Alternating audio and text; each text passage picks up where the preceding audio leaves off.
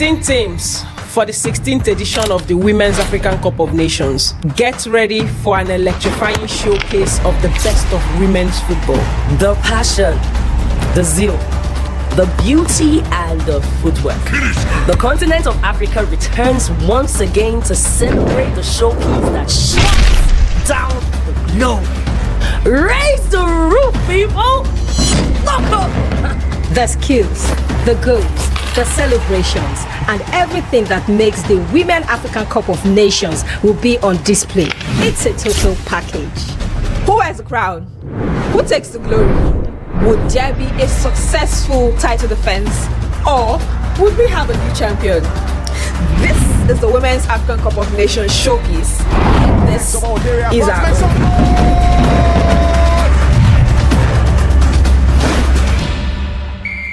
16 teams for the 16th edition of the Women's African Cup of Nations. Get ready for an electrifying showcase of the best of women's football. The passion, the zeal, the beauty and the footwork. The continent of Africa returns once again to celebrate the showcase that shines down the globe. Raise the roof, people! The skills, the goals, the celebrations, and everything that makes the Women African Cup of Nations will be on display.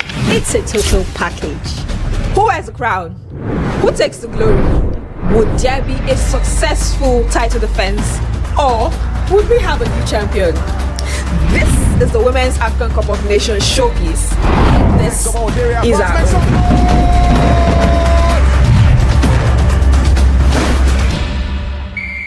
16 teams for the 16th edition of the Women's African Cup of Nations. Get ready for an electrifying showcase of the best of women's football. The passion, the zeal, the beauty and the footwork. The continent of Africa returns once again to celebrate the showcase that shines down the globe. Raise the roof, people! The skills, the goals, the celebrations, and everything that makes the Women African Cup of Nations will be on display. It's a total package. Who wears the crown? Who takes the glory? Would there be a successful title defense? Or would we have a new champion? This is the Women's African Cup of Nations showcase. This is our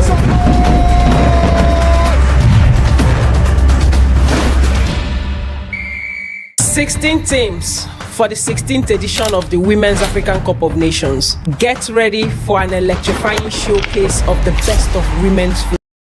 Incredible, insane! Cameroon have scored! What a free kick. Well, the free kick was out of this world. So for Arsenal, coach has scored a free kick for Nigeria against Cameroon in the Wafcon. In 2026, the Indomitable lionesses have gotten revenge, and this goal is something that we've spoken about for days and weeks to come, for sure.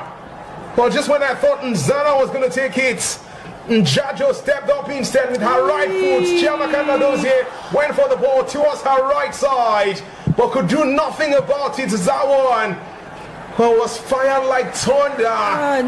Nadozie couldn't put asunder. Cameroon put up, Nigeria go under. It's Cameroon leading the Super Falcons 1-0.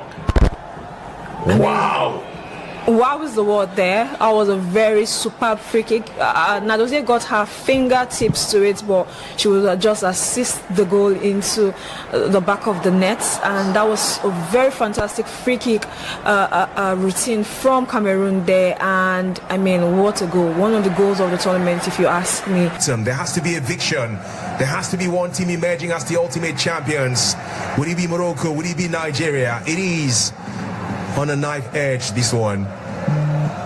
This free kick is from over 30 yards out. Long ball by Estelle. Nigeria Super Falcons have done it!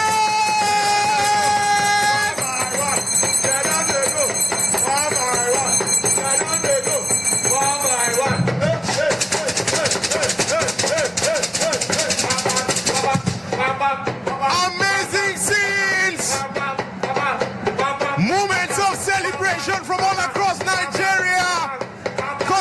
Super Falcons have met the criteria.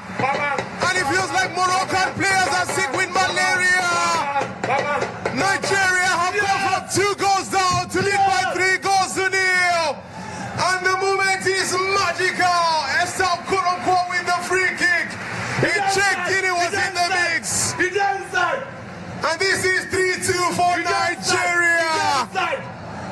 Mission X is on the cards. Yeah, it's checking it with the magic. Morocco 2, Nigeria 3. You don't know we. Now we be Nigeria now. You can bring it. You can bring the flag right now, man. You don't know we. I cannot believe it. You don't know we. Incredible scenes. You don't know we. Millions of Nigerians around the world will be celebrating right now.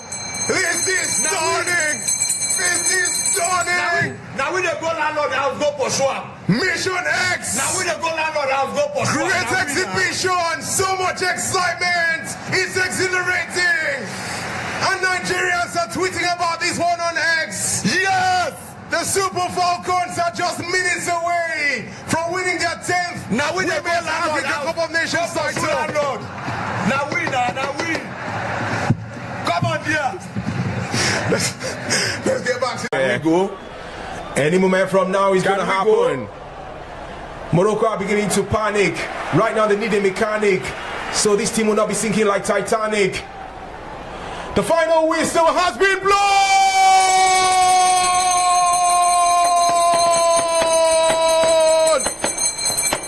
Mission X is complete. Nigeria Super Falcons have come from 2-0 down to beat Morocco by 3 goals to 2.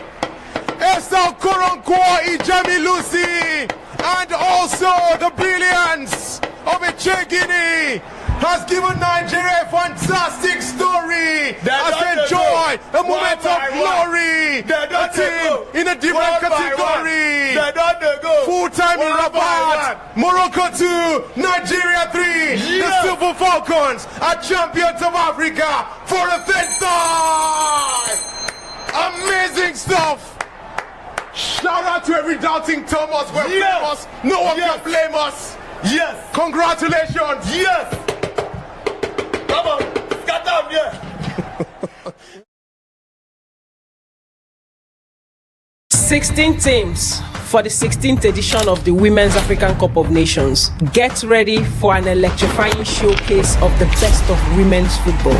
The passion, the zeal, the beauty and the footwork. The continent of Africa returns once again to celebrate the showcase that shines down the globe. Raise the roof, people! Look up! The skills, the goals, the celebrations, and everything that makes the Women African Cup of Nations will be on display. It's a total package. Who wears the crown? Who takes the glory? Would there be a successful title defense? Or would we have a new champion? This is the Women's African Cup of Nations showcase. This is our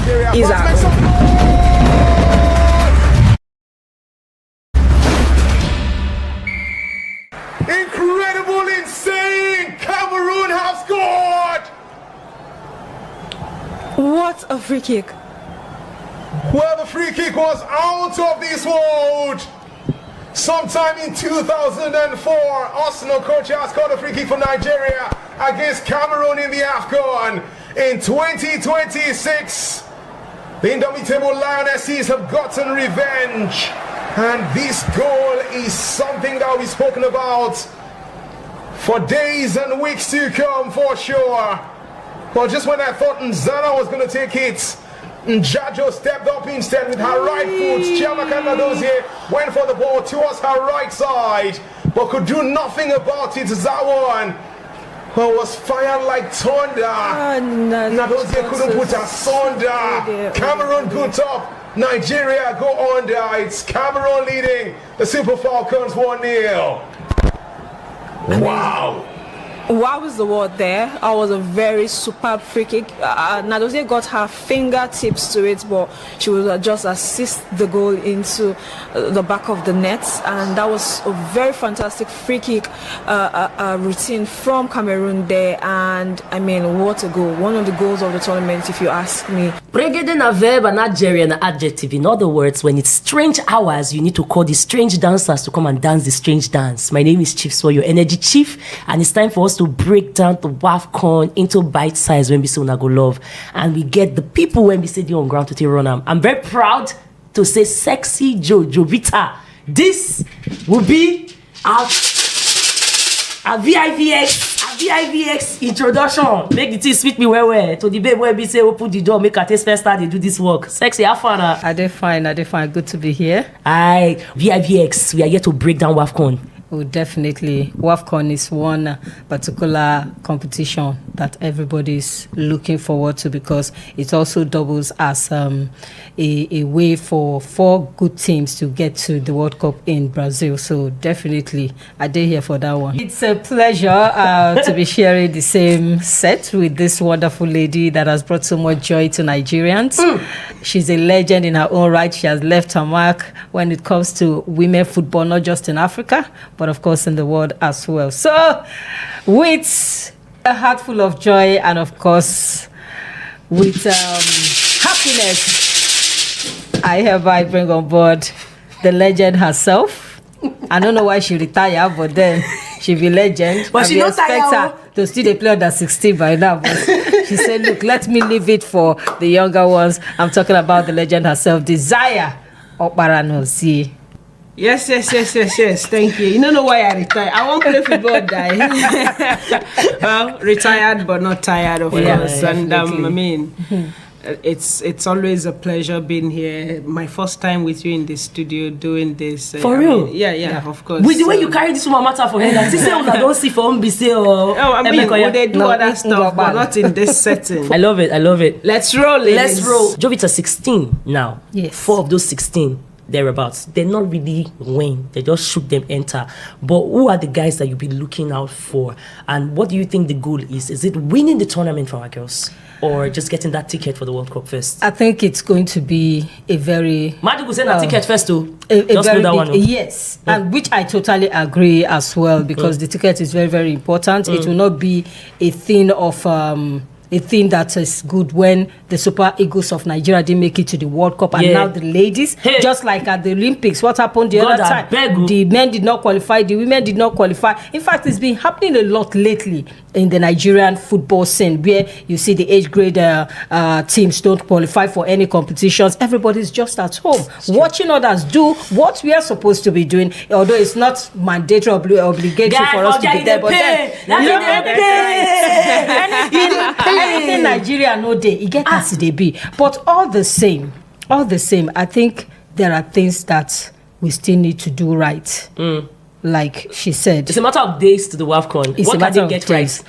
Well, one thing about the ladies is you just got to give it to them. Even when they were given little, they make sure they deliver. And for Coach Madugu, yes, he has spent some time with these girls. He has been with them as an assistant coach. Now he's the main coach and all that. I still feel, yes, he knows what he's doing. But then, just like you said, the expansion, the competition is bigger. And for those teams that qualified by being handpicked by CAF because of the expansion, they are going to bring their A game. A team like Côte d'Ivoire qualified for the World Cup for the first time in 2015. Since then, engine knock. They are nowhere to be found. And now they had an opportunity which they didn't have initially to be in the competition, but by CAF's means of saying, okay, since let's have their ministry. And they were brought in. Believe me, those girls will fight tooth and nail to get a ticket. So you are looking at those ticket girls. Egypt too. Likewise, South Africa. No, South Africa, you can't call them when you are calling Egypt now. No, they are one of the favorites to pick a ticket. Okay. Or even probably win the trophy. If it's ticket, I can believe that. I can believe that. So, even the host nation, Morocco, would be lying low. They came close twice. Actually, twice. 2022, 2024. They came close twice. They were beaten in the finals, both by South Africa and by Nigeria. I like say you say favorites. Desire. last year, when we're talking about who's probably a favorite for this tournament, we're saying Morocco, Nigeria. Morocco, South Africa, Nigeria. Abi? Yes. This year... Don't forget Cameroon. Cameroon. They want a pound of flesh. They want a pound of flesh. They want come for us. Exactly. Nah, no go agree. I mean, you can't write Cameroon off. You can't write them off. See, sorry to cut. If you say we're not write Cameroon, we have a South Africa that has a Gatlana back. She wasn't in the last edition. We have Hilda Magaya back. Sagado is back. If you ask me, say make a fair person between South Africa and Cameroon. No offense. Cameroon. I'm sorry. We can't limit it to only South Africa and maybe Morocco and Nigeria. Exactly. Cameroon they pose as much threat as those other teams you've mentioned now, because I think, thanks to Samuel Eto'o, the federation's president, he's doing a lot of work now to make sure that players' welfare are taken care of, and that serves as an extra booster and motivation for the players. I think now having them back in Wafcon, they will actually, try to give in their best to make sure that they make their country proud, themselves proud, and as well as their federation. So Morocco, sorry, I keep calling them Morocco. Cameroon, they're a powerhouse when it comes to women's football. Exactly. You can't take that away from them, But for whatever reason, perhaps their program they've set over time haven't really worked well for them. I don't know what may have happened, but currently Samuel Eto'o is putting in a lot of work to make sure the national teams, they perform at the highest level and they do well as well. So I think you can't write them off as being one of the favorites to win it, or even pick the World Cup ticket. So they want to go all the way to finish as part of the best 4 teams that will represent Africa at the world stage. So it's really going to be tough. It's going to be tough. Zambia is there too. Don't forget this Zambia. AFCON would be, this well. I think it would be one of the exciting ones ever. And if they will let us play it. Because we are even taking a look at the likes of Cameroon, Nigeria, South Africa, and Cote d'Ivoire, and the likes of that. What about Tanzania? The Tiger Stars. Yes, they have a coach who built everything on tactical discipline. This man is good. The way they persecuted their qualifiers was really nice. Algeria is scoring again too. They're scoring again. Your girl Marine. Exactly. Marine Darfur. We have they have one of the best coaches around when it comes to women's football.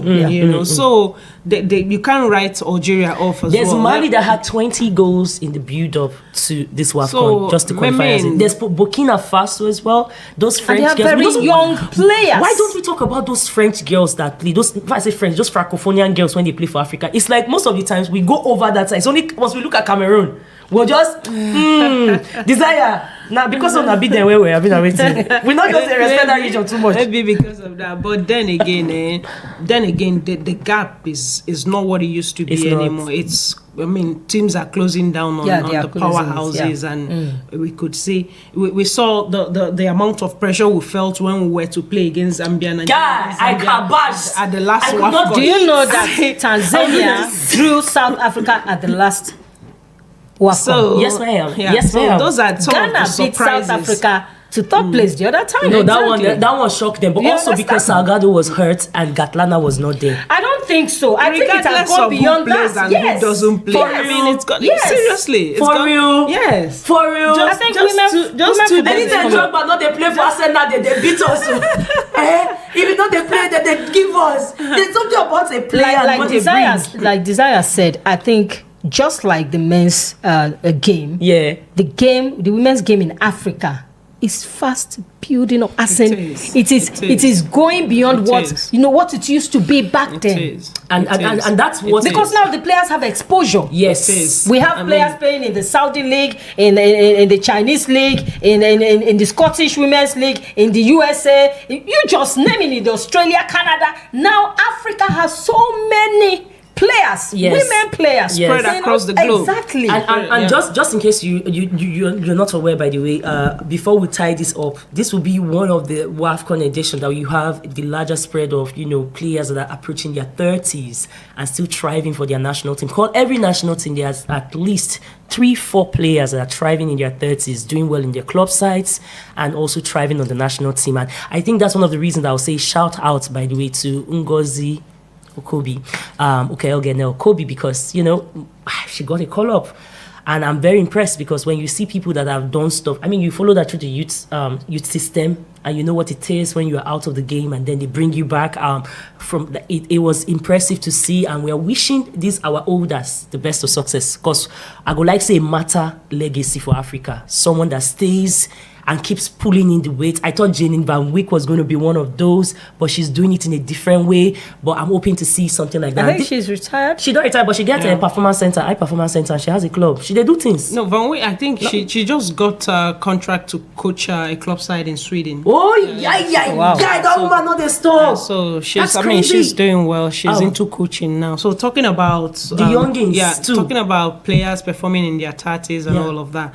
Let's also not forget, you mentioned Ngozi, and I think this is actually a good time to mention the fact that she just, came back from childbirth. Yeah. And that's to tell you how much women's football has evolved. And thanks to the world governing body, FIFA that have, made it so for women's football. Back in the days, I think 10 years, 15 years before now, I mean, players are scared. They're scared to get pregnant because to hide it, because they believe after childbirth they won't be able to play again and all of that. So now women's football have gotten to that stage where I mean, it's no longer football. Generally, it's no longer one-sided, where men have to enjoy football better than the way women enjoy it. So it can only get better from here. So kudos to Ngozi. After childbirth, she's back on the scene, playing at the highest level again. So this is what we want to see. We want to encourage other women that are into sports, that are playing football.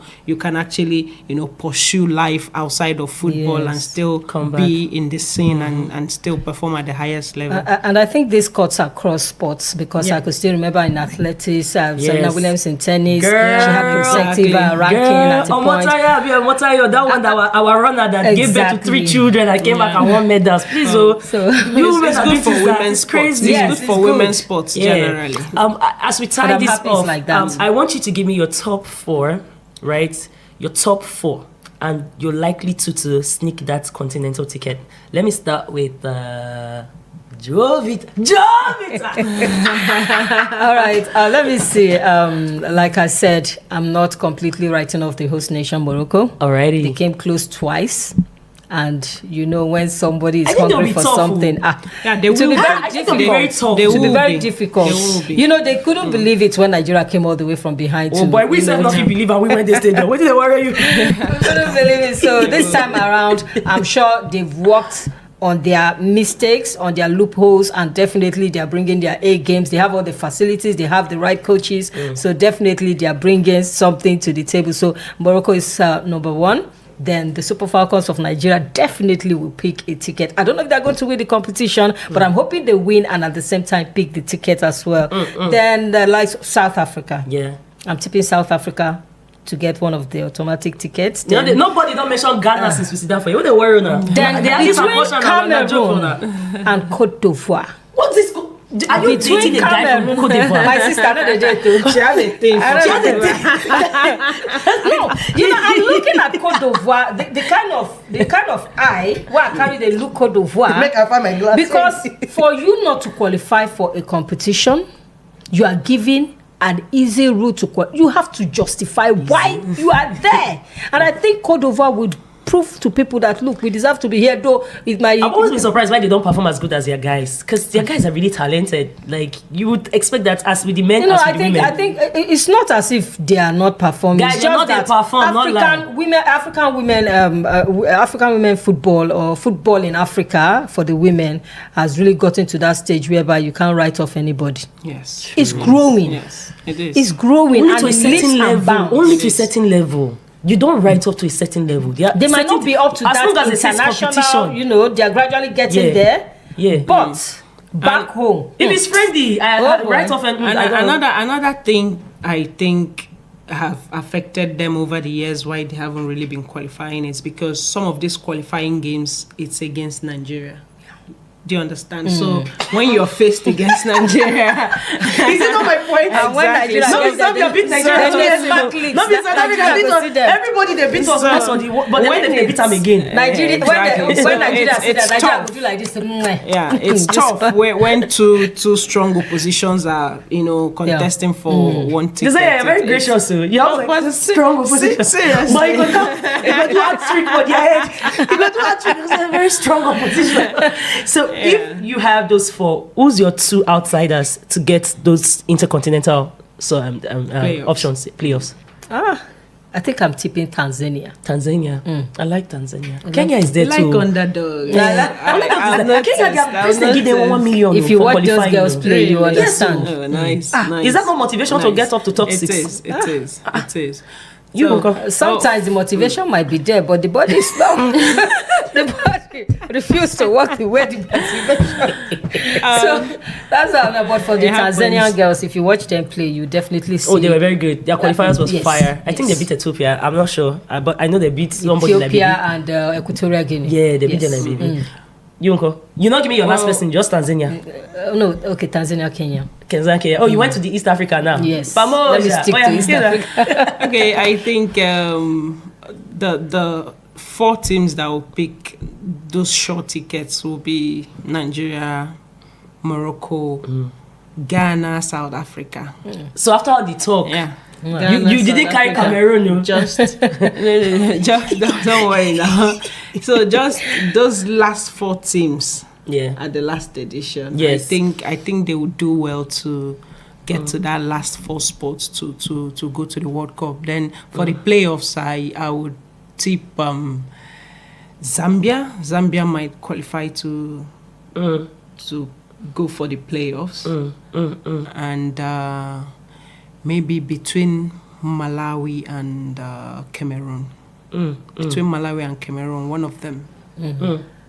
I think it will play out that way. I feel like Malawi, because Zambia and Malawi are in the same group, right? And I feel like Malawi has enough firepower. And I think Zambia, they've done this enough times for the Copper Queens to have known how to get over. But when they meet certain oppositions, number of matches they play at that COSAFA competition, they know themselves. They know themselves. Well. So that's why I'm like, guy, I think if anybody's going to slip into that ticket place, the outside ticket for the playoffs, I think it's a Malawi for me. Probably because they play together. It's just that they don't play on the Wafcon level. And every time they play, they beat people. They used to beat. There's hardly a game they don't score. Zambia get 5-0. Yes, I'll go back to that, 5-0. Yeah. So I'll say other than Wafcon inexperience, that team can play anybody. So they will get. I'm worried. I think the biggest thing for Group C is let Malawi not use us, Nigeria, to shine. If they don't use Nigeria to shine, I think they will get the playoff tickets, and I think they are worthy holders of it. And then the other country I think that should get it if they play according to their traditional pattern, right? Rugged, dogged, and use what they have, should be Cameroon. So my outside ticket is Cameroon and Malawi. New school and old school. Old. For the other ones, the Cape Verde, the Kenyans, I think they will do well. They'll give us exciting times. But when it just that extra edge, if Nigeria manages to come out of the group stage, I think they have enough quality to get to an experience. Yeah, so I say Nigeria always them. Then maybe because I love the fashion style already. When they came out and those Moroccan girls, I was watching their feed. Good God, you need to go and watch their feed. You'd be like, you don't see that Space Jam when they do that. That time like Jordan Bin this that their film now. When we say the aliens they come out, they can't change the music. Bing bing bang bing bing. Oh boy, when these guys they fall out. When the Fatima. When that will get Shebak, when they fall out, they face on business. So I think definitely they have a statement. They have not said anything since. So I think it's their footwork they want to use to teach us a lesson in Africa. So there are definitely people that's top 4. South Africa, because they have their full firepower and they are all in happy place. This is the last hurrah for a lot of them that came together. Exactly. So I feel like this is a statement Wafcon. They too have not said anything. They have just been quietly persecuting. Even when they lost their COSAFA, they quietly went to one corner. Oh, sorry, we lost. But they went back into training again, almost immediately. So that's a team. Then who be that last person I think of? Morocco, Nigeria, South Africa. Definitely Ghana. Because Ghana have finally done something they've not done before. They've left stability. Yeah. Because when they had Mesita go, I had no problem. They were doing well. They use us to shine. Aisha Buhari. That's what they do for us too. When South Africa can't do. Yeah. They shot us shaggy, and then they pursue that woman like a butterfly. But now with this the guy that they have, he's doing fantastic, and they've left him there. I don't know. They give him man. They say make he say win the Wafcon. I mean, and one thing working for the South Africans I mean, that's the goal for everything. Is the goal to the Wafcon? Man, and they stress that guy. One thing make you collect ticket, make you rest. One thing working for the South Africans is continuity. Yes. That I think this might be our last Wafcon because they keep stressing that woman. So they just renewed her. They just renewed her contract. Now by renewal, just last the year. things where she asked for, they don't give her. Yeah, just last year. Are they giving it to her? Are they giving all the specifications she wanted? All the welfare for the players. If those conditions because were not she met, will not take credit for herself. I don't think she would have agreed to it. And she has done a tremendous work. Before they agreed, the South African squad, they travelled for a game and she didn't travel with them because she was at a loggerhead with the federation. But after that particular game, they agreed, and so I believe all the conditions were met. That's why she came back on board. By the way, kudos to the girls. You know, there's one thing standing for your coach. Because some of them now, when they for national team and they get sense, your coach will they fight for now can't go set them out. So as we wind this off, stand for your coach. And when the coach, they stand for you. Or should I use the word? Don't go me your woman. Do it. Anyway, we have rounded this off. If you agree with us and our postulations on what the top 4 would be and the possible ticket holders that will represent Africa in the playoffs would be, let us know. Unfortunately, we don't have Dr. Congo in the mix. If we had Dr. Congo now, would they say, is it qualified player or not qualified player? Feel free to follow vivxsports and get all the latest as it holds. Chobita Eke, Sassy Joe. Thank you so much for having me. It's a pleasure. Honey, I didn't have you. They had you. They had you. I was just here being myself. My legend. All right. Thank you, vivxsports. We're signing out. See you during the tournament. Anyway, you know how the matter be now. Ladies and gentlemen, the Wafcon, when Bise go giving a title again like the way we used to. We are up for you. My name is Chief Swore. Keep following. Keep engaging. In Group A, we have Morocco as the host nation, obviously. Joining them are familiar foes, Senegal. And of course, we have Kenya and Algeria. Morocco and Senegal are familiar with one another in the last 1 year, 6 months thereabouts, because they've met twice. The first time they met in Casablanca in a friendly. Morocco actually pummeled Senegal by 7-0 in Casablanca. But the next time they will be meeting was going to be at the Women's African Cup of Nations in Morocco also, that was held in 2025. That's the 2024 edition, and it took a penalty in the first half to give Morocco all 3 points in their Group A game.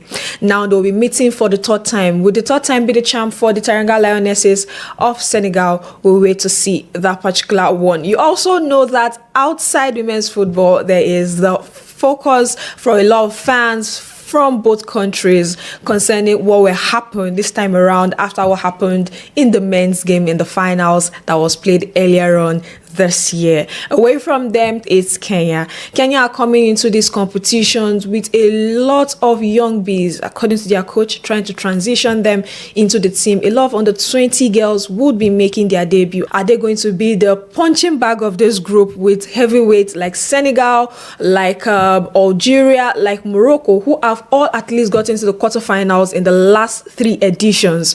We'll wait to see. And of course, there's no prize for guessing. Algeria is the final team in this group. Algeria would be coming into this one after making back-to-back quarterfinals for them. Same thing happened for Senegal, back-to-back quarterfinals, and they would want to do one better, but they'll have to go past Kenya, go past Algeria, and that foe in Morocco. What will happen in this group? Let us know in the comment section. One wants to describe the Wafcon. Maybe we can say prestigious and legacy. The first Wafcon I won it as a very young player, my first time on the team. Winning it also as a captain, it's now a huge responsibility with huge honor, and I do not take it for granted. Wow, I honestly think it's going to be more harder because now it means there'll be more games. And nobody can rest, nobody can relax, and it's just going to be much, tougher, much harder. We will rise to the occasion, and that's what Champions does.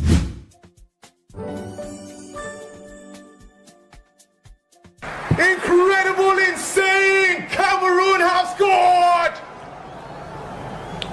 What a free kick. Well, the free kick was out of this world.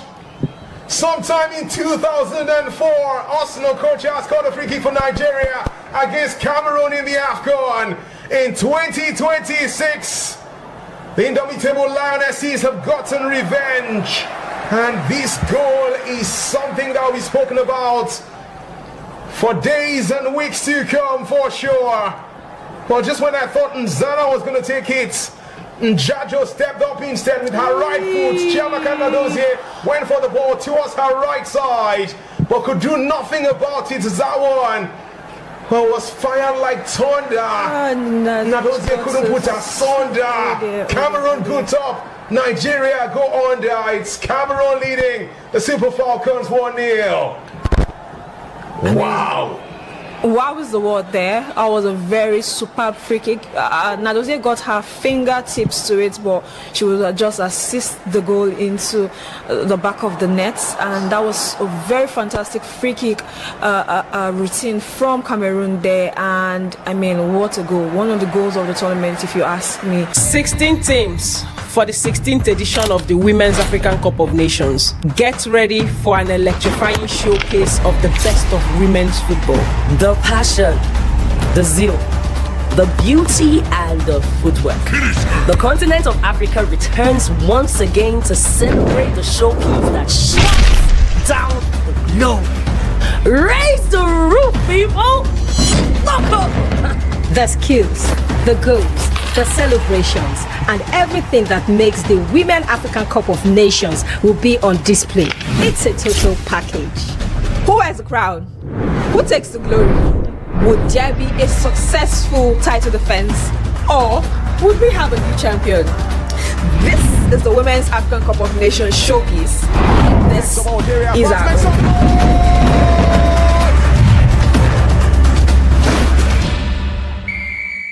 Incredible, insane! Cameroon have scored! What a free kick. Well, the free kick was out of this world. Sometime in 2004, Arsenal coach has scored a free kick for Nigeria against Cameroon in the Wafcon. In 2026, the Indomitable lionesses have gotten revenge. And this goal is something that will be spoken about for days and weeks to come, for sure. But just when I thought Nzana was going to take it, Njajo stepped up instead with her right foot. Chiamaka Nadozie went for the ball towards her right side, but could do nothing about it. That one was fired like thunder. Nadozie couldn't put asunder. Cameroon good top. Nigeria go under. It's Cameroon leading the Super Falcons 1-0. Wow. Wow is the word there. That was a very superb free kick. Nadozie got her fingertips to it, but she would just assist the goal into the back of the net. And that was a very fantastic free kick routine from Cameroon there. And I mean, what a goal. One of the goals of the tournament, if you ask me. 16 teams for the 16th edition of the Women's African Cup of Nations. Get ready for an electrifying showcase of the best of women's football. The passion, the zeal, the beauty and the footwork. The continent of Africa returns once again to celebrate the showcase that shuts down the globe. Raise the roof, people! The skills, the goals, the celebrations, and everything that makes the Women African Cup of Nations will be on display. It's a total package. Who has the crown? Who takes the glory? Would there be a successful title defense? Or would we have a new champion? This is the Women's African Cup of Nations showcase. This is our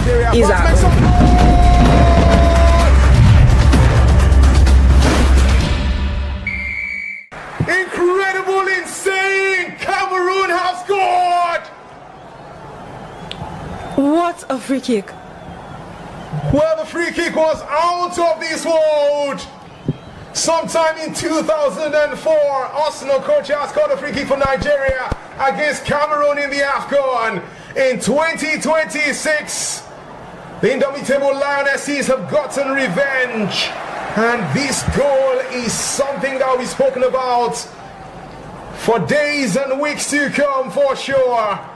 But just when I thought Nzana was going to take it, Njajo stepped up instead with her right foot. Chiamaka Nadozie went for the ball towards her right side, but could do nothing about it. That one was fired like thunder. Nadozie couldn't put asunder. Cameroon go top, Nigeria go under. It's Cameroon leading the Super Falcons 1-0. Wow. What was the word there? I was a very superb free kick. Nadozie got her fingertips to it, but she would just assist the goal into the back of the net, and that was a very fantastic free kick routine from Cameroon there. And I mean, what a goal! One of the goals of the tournament, if you ask me.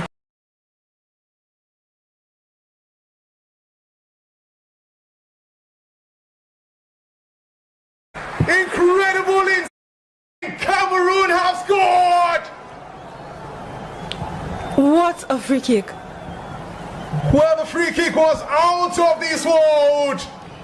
Sometime in 2004, Arsenal coach has scored a free kick for Nigeria against Cameroon in the Wafcon. In 2026, the Indomitable lionesses have gotten revenge. And this goal is something that we've spoken about for days and weeks to come, for sure. But just when I thought Nzana was going to take it, Njajo stepped up instead with her right foot. Chiamaka Nadozie went for the ball towards her right side, but could do nothing about it. That one was fired like thunder. Nadozie couldn't put asunder. Cameroon go top, Nigeria go under. It's Cameroon leading the Super Falcons 1-0. Wow. What was the word there? I was a very superb free kick. Nadozie got her fingertips to it, but she would just assist the goal into the back of the net, and that was a very fantastic free kick routine from Cameroon there. And I mean, what a goal! One of the goals of the tournament, if you ask me. There has to be eviction. There has to be one team emerging as the ultimate champions. Would it be Morocco? Would it be Nigeria? It is on a knife edge, this one. This free kick is from over 30 yards out. Long ball by Estelle. Nigeria Super Falcons have done it!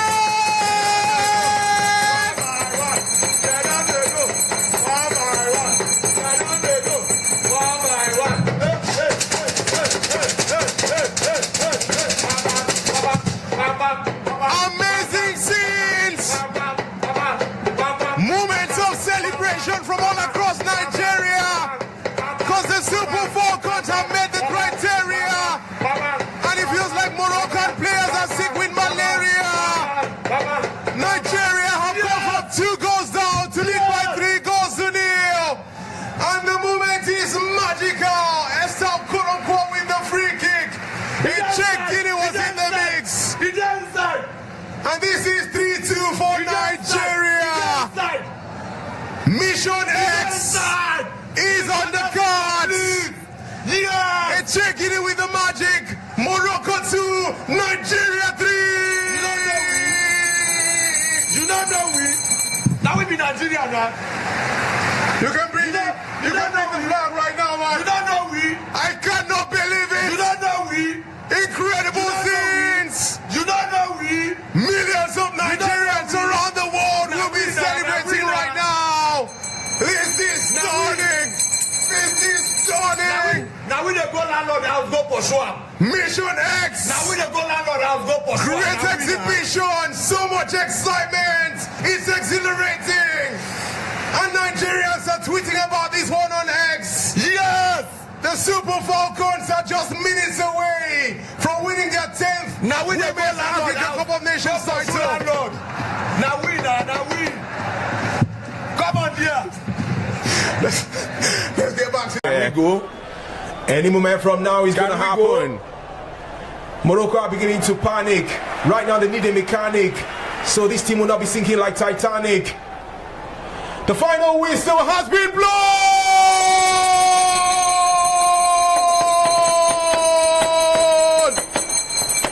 Mission X is complete.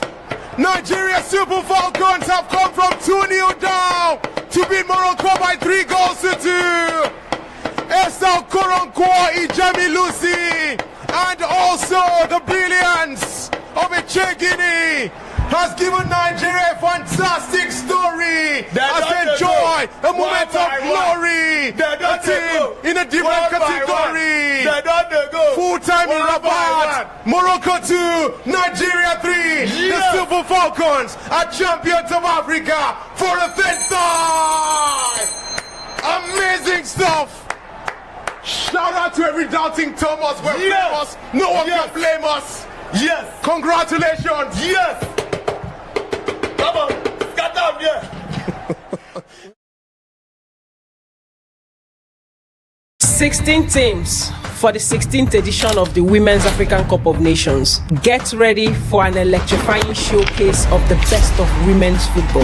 The passion, the zeal, the beauty and the footwork.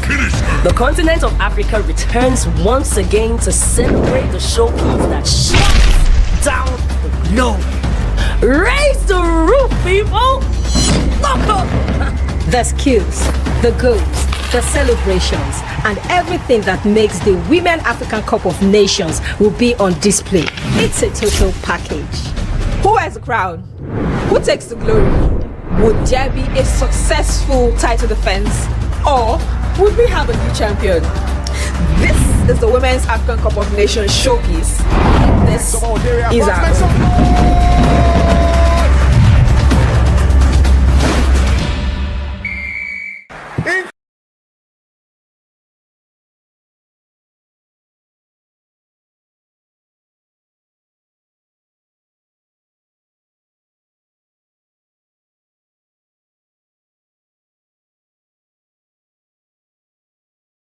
Hello there, we're off to Rabat for the second semi-final fixture of Wafcon 2026. It's the host Morocco ready to get to a 3rd consecutive final if they can go beyond the Indomitable Lionesses of Cameroon, who of course are a successful bunch after their victory against Nigeria Super Falcons in the quarterfinals. My name is Chuma Noliwe via vivxsports. I have the pleasure actually of being in the presence of a lady who's been in this game for multiple years, from the Pidgin side of radio to of course the English side of radio on some of the biggest brands in Nigeria, Brila FM, Wazobia FM, where she currently works, and the likes. Let's give it up for the one and only Jovita. Greetings, everyone. It's good to see you too, and finally get to be on the same stage. Yeah, together. You know, we've don't stop on stage together. Go first, but not in the studio together. Not in the studio. Yes, it's good to be here, and of course, I look forward to a tremendous match between Morocco and of course Cameroon. It's a battle of the lionesses, and of course, I wonder which lioness will come on top: Atlas Lions or Indomitable Lions. But all the same, somebody must go through to the finals, and of course, join Malawi. It's been a big tournament so far, wonderful tournament so far. We've seen some of the big names drop, and of course, we are seeing for the very first time in a long while, we are expecting a new champion. None of the last 4 semi-finalists have won it before, and definitely somebody new must come out on top at the end of the Wafcon 2026 in Morocco. I tell you, man, it's always a nice thing when you have new winners, really. Last time we had a new winner, like she mentioned, was 2022 South Africa winning the title. Before then, it was Equatorial Guinea, over 16 years ago or so. Apart from that, it's been Nigeria Super Falcons dominating this competition. They're out of the party now. We can focus on Morocco, who have become an a main force in the women's game on the African continent. They've always been a force. They've always been a force. I mean, making a podium finish for like 6 times, runners up 3 times, and of course, 3rd place 3 times. I think Cameroon is one of the strongest teams when it comes to women football in Africa. And of course, not just in Africa, they were also able to leave their mark on the world stage in 2015 and 2019. And now they had the opportunity to qualify qualify again for 2027. The Female World Cup happening in Brazil. So they've come a long way, and I would have very much loved them to win this tournament. But then looking at Morocco, that have also come close twice and not been able to, get that trophy. The first was against South Africa, the second was against Nigeria, and this time around on their home turf again is going to be quite a very difficult task for Cameroon today. Certainly, and of course, I was just talking about the brilliance of Morocco and those back-to-back finals for them. And you've heard Jovita add the quality of Cameroon as well. So this is a high-profile fixture. Cameroon, by the way, have lost in 3 Wafcon finals against Nigeria, but they got their pound of flesh over the Super Falcons just a few days back, and they're hoping to get to another Wafcon final without having to face Nigeria, where they can perhaps face the brilliance of Malawi. And when Malawi already beat Algeria by 3-1, I'm sure you didn't miss out on our coverage. If you did, we had the great guys in the building, Shout out to the legend herself, Desire Parnazi, for being in the mix. My G Alex Abasiere. Let's get into the group right now, because the game is about to kick off. We'll look at the starting XI for the two sides. Myself and Jovita, as the players from the two teams are exchanging pleasantries now in the presence of the officials. The center referee is Vincentia Amedome of Togo, and she has the support from referees from Benin Republic, Nigeria, and Uganda as her assistants for this one. Cameroon sporting the white outfits with some touch of green and yellow, and Morocco have their red top on their green shirt, which seems to be the magic wand for them in this competition. Well, Jovita, the starting XI for both of them, Emichi, that goalkeeper, has been solid for Morocco. She did not concede a single goal in the group phase of the competition and was tested a bit in the knockout rounds, but has still been solid. Of course, she has 8 El Haj, who was the player of the match in their last game, that win against South Africa, in there alongside Atik Benzina and Ridoni in the back four. Looks like a 4-4-2 formation for the North Africans. Nsudi Mrabets and Nakash alongside the captain of the side, Chebak, in that midfield supporting Zurawi and Jiraidi in the Moroccan XI. There was a bit of concern for them with their captain Chebak when she picked up an injury in the last game, but she's back, and so they can cheer her back. Chebak. She's been a very strong side, very, very important player for Morocco so far, and not just in this tournament, but of course the subsequent tournament that they've played in the past. She has always been there. She has been like a driving force for the Moroccan side, and of course I see her going all the way today. I see her, bringing out that leadership quality, leading by example kind of a game against Cameroon today. Like I said, they came twice, and of course they couldn't make it, and she was so instrumental in those 2 times that they came close to winning it for Morocco. And today is not going to be any difference. She's going to come all out. She had them coordinated. They give her a kind of a respect in the team, and you can see that aura of leadership around her, and definitely she wouldn't stop. She leads by example. I see her doing something in this game. Magical lady. She's 35 years of age, very experienced in the setup. Game is about to kick off. It's Morocco playing from left to right, red top on the green shirt like I mentioned, and Cameroon are playing from right to left. And I spoke about El Haj. She's a lady who's had as many as 4 assists in this competition, and also found the back of the net in that victory against South Africa in the knockout rounds. But the lady who was the one that CAF gave the award as player of the match was Benzina. I don't know if she's related to Karim Benzema. I'm just joking though, but there's a bit of rhyme, and when you see her tie that stuff on her head, you know that she's a standout player too. The game is up and running. We look at the Cameroon XI before we quickly get into the group by describing what's in front of us. Nga is the point lady for Cameroon. There's Mendos, Toko, Ngo alongside Njoa, with Ngok playing just ahead of the back four, and that back four has Nzana Maikith, Iyajo, the lady who scored a fantastic free kick against Nigeria Super Falcons, and Yakana with the goalkeeper. She was the best player in that game against Nigeria. Bihina, she's considered just 2 goals in this competition, kept a clean sheet against the Super Falcons. And so this looks like a game that could be a game between 2 fantastic goalkeepers. Morocco's goalkeeper Emichi has considered just 1 goal. Cameroon's goalkeeper Bihimi has considered just 2 goals. So crazy stuff. Fantastic shot stoppers.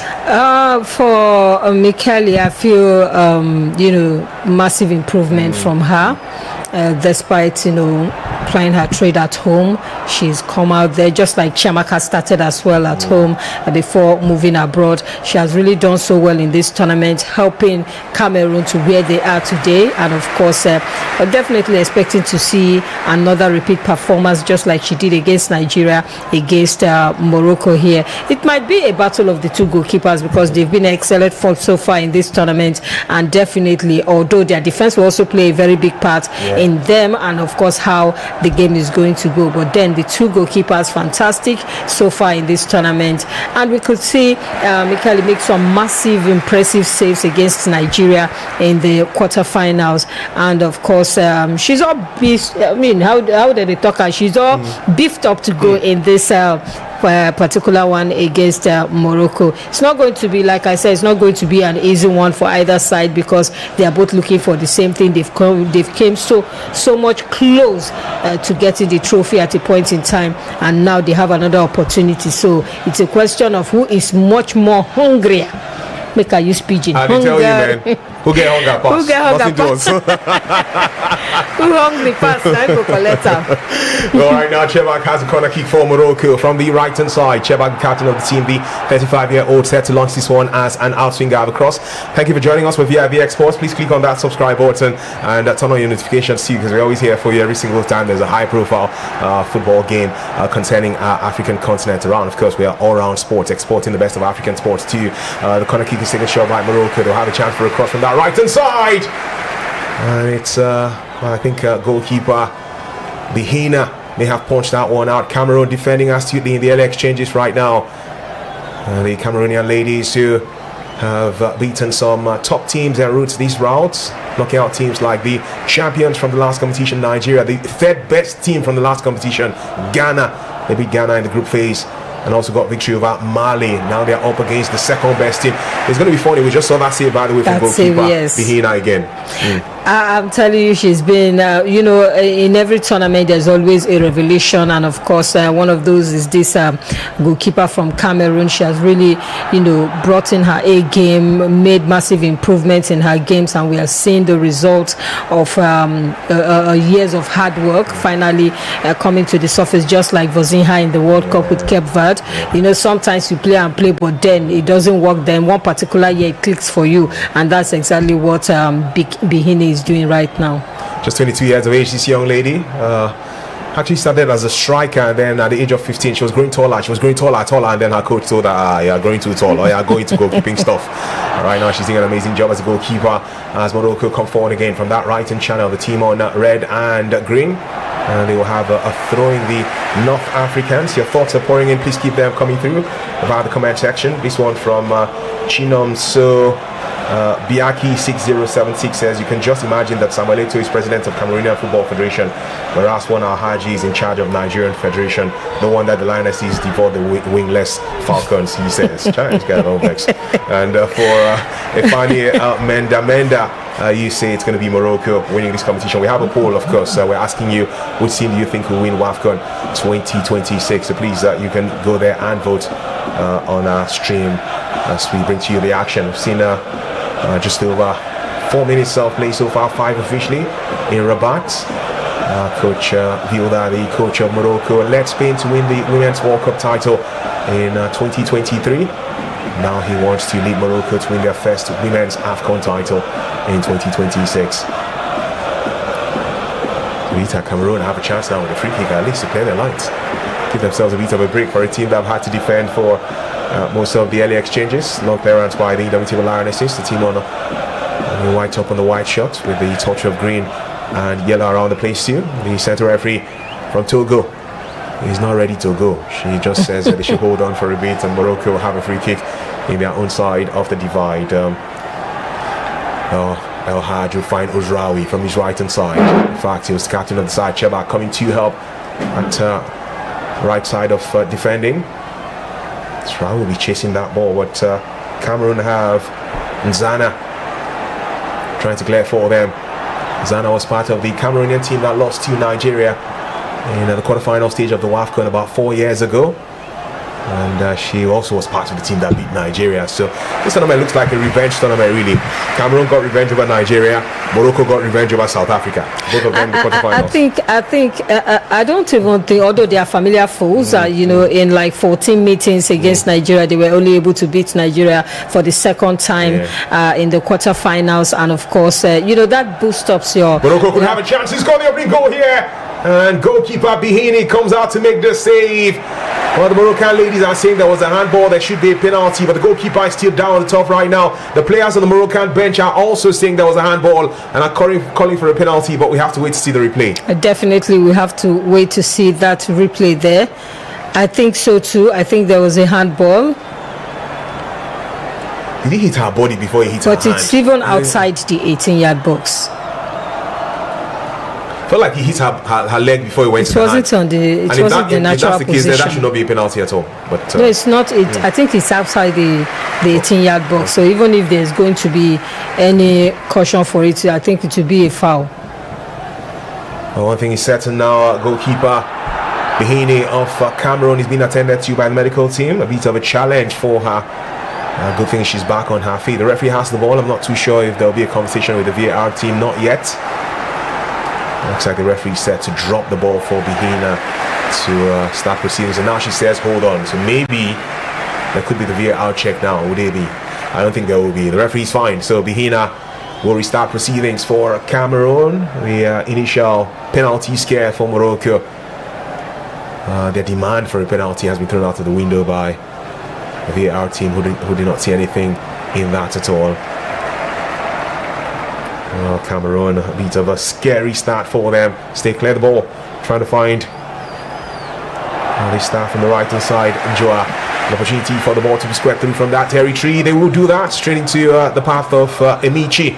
As the Moroccan goalkeeper punches, like we said, it could be a match for the goalkeepers to shine, and so far both of them are stepping up to the plate. Definitely, we've seen some fantastic movement by both goalkeepers.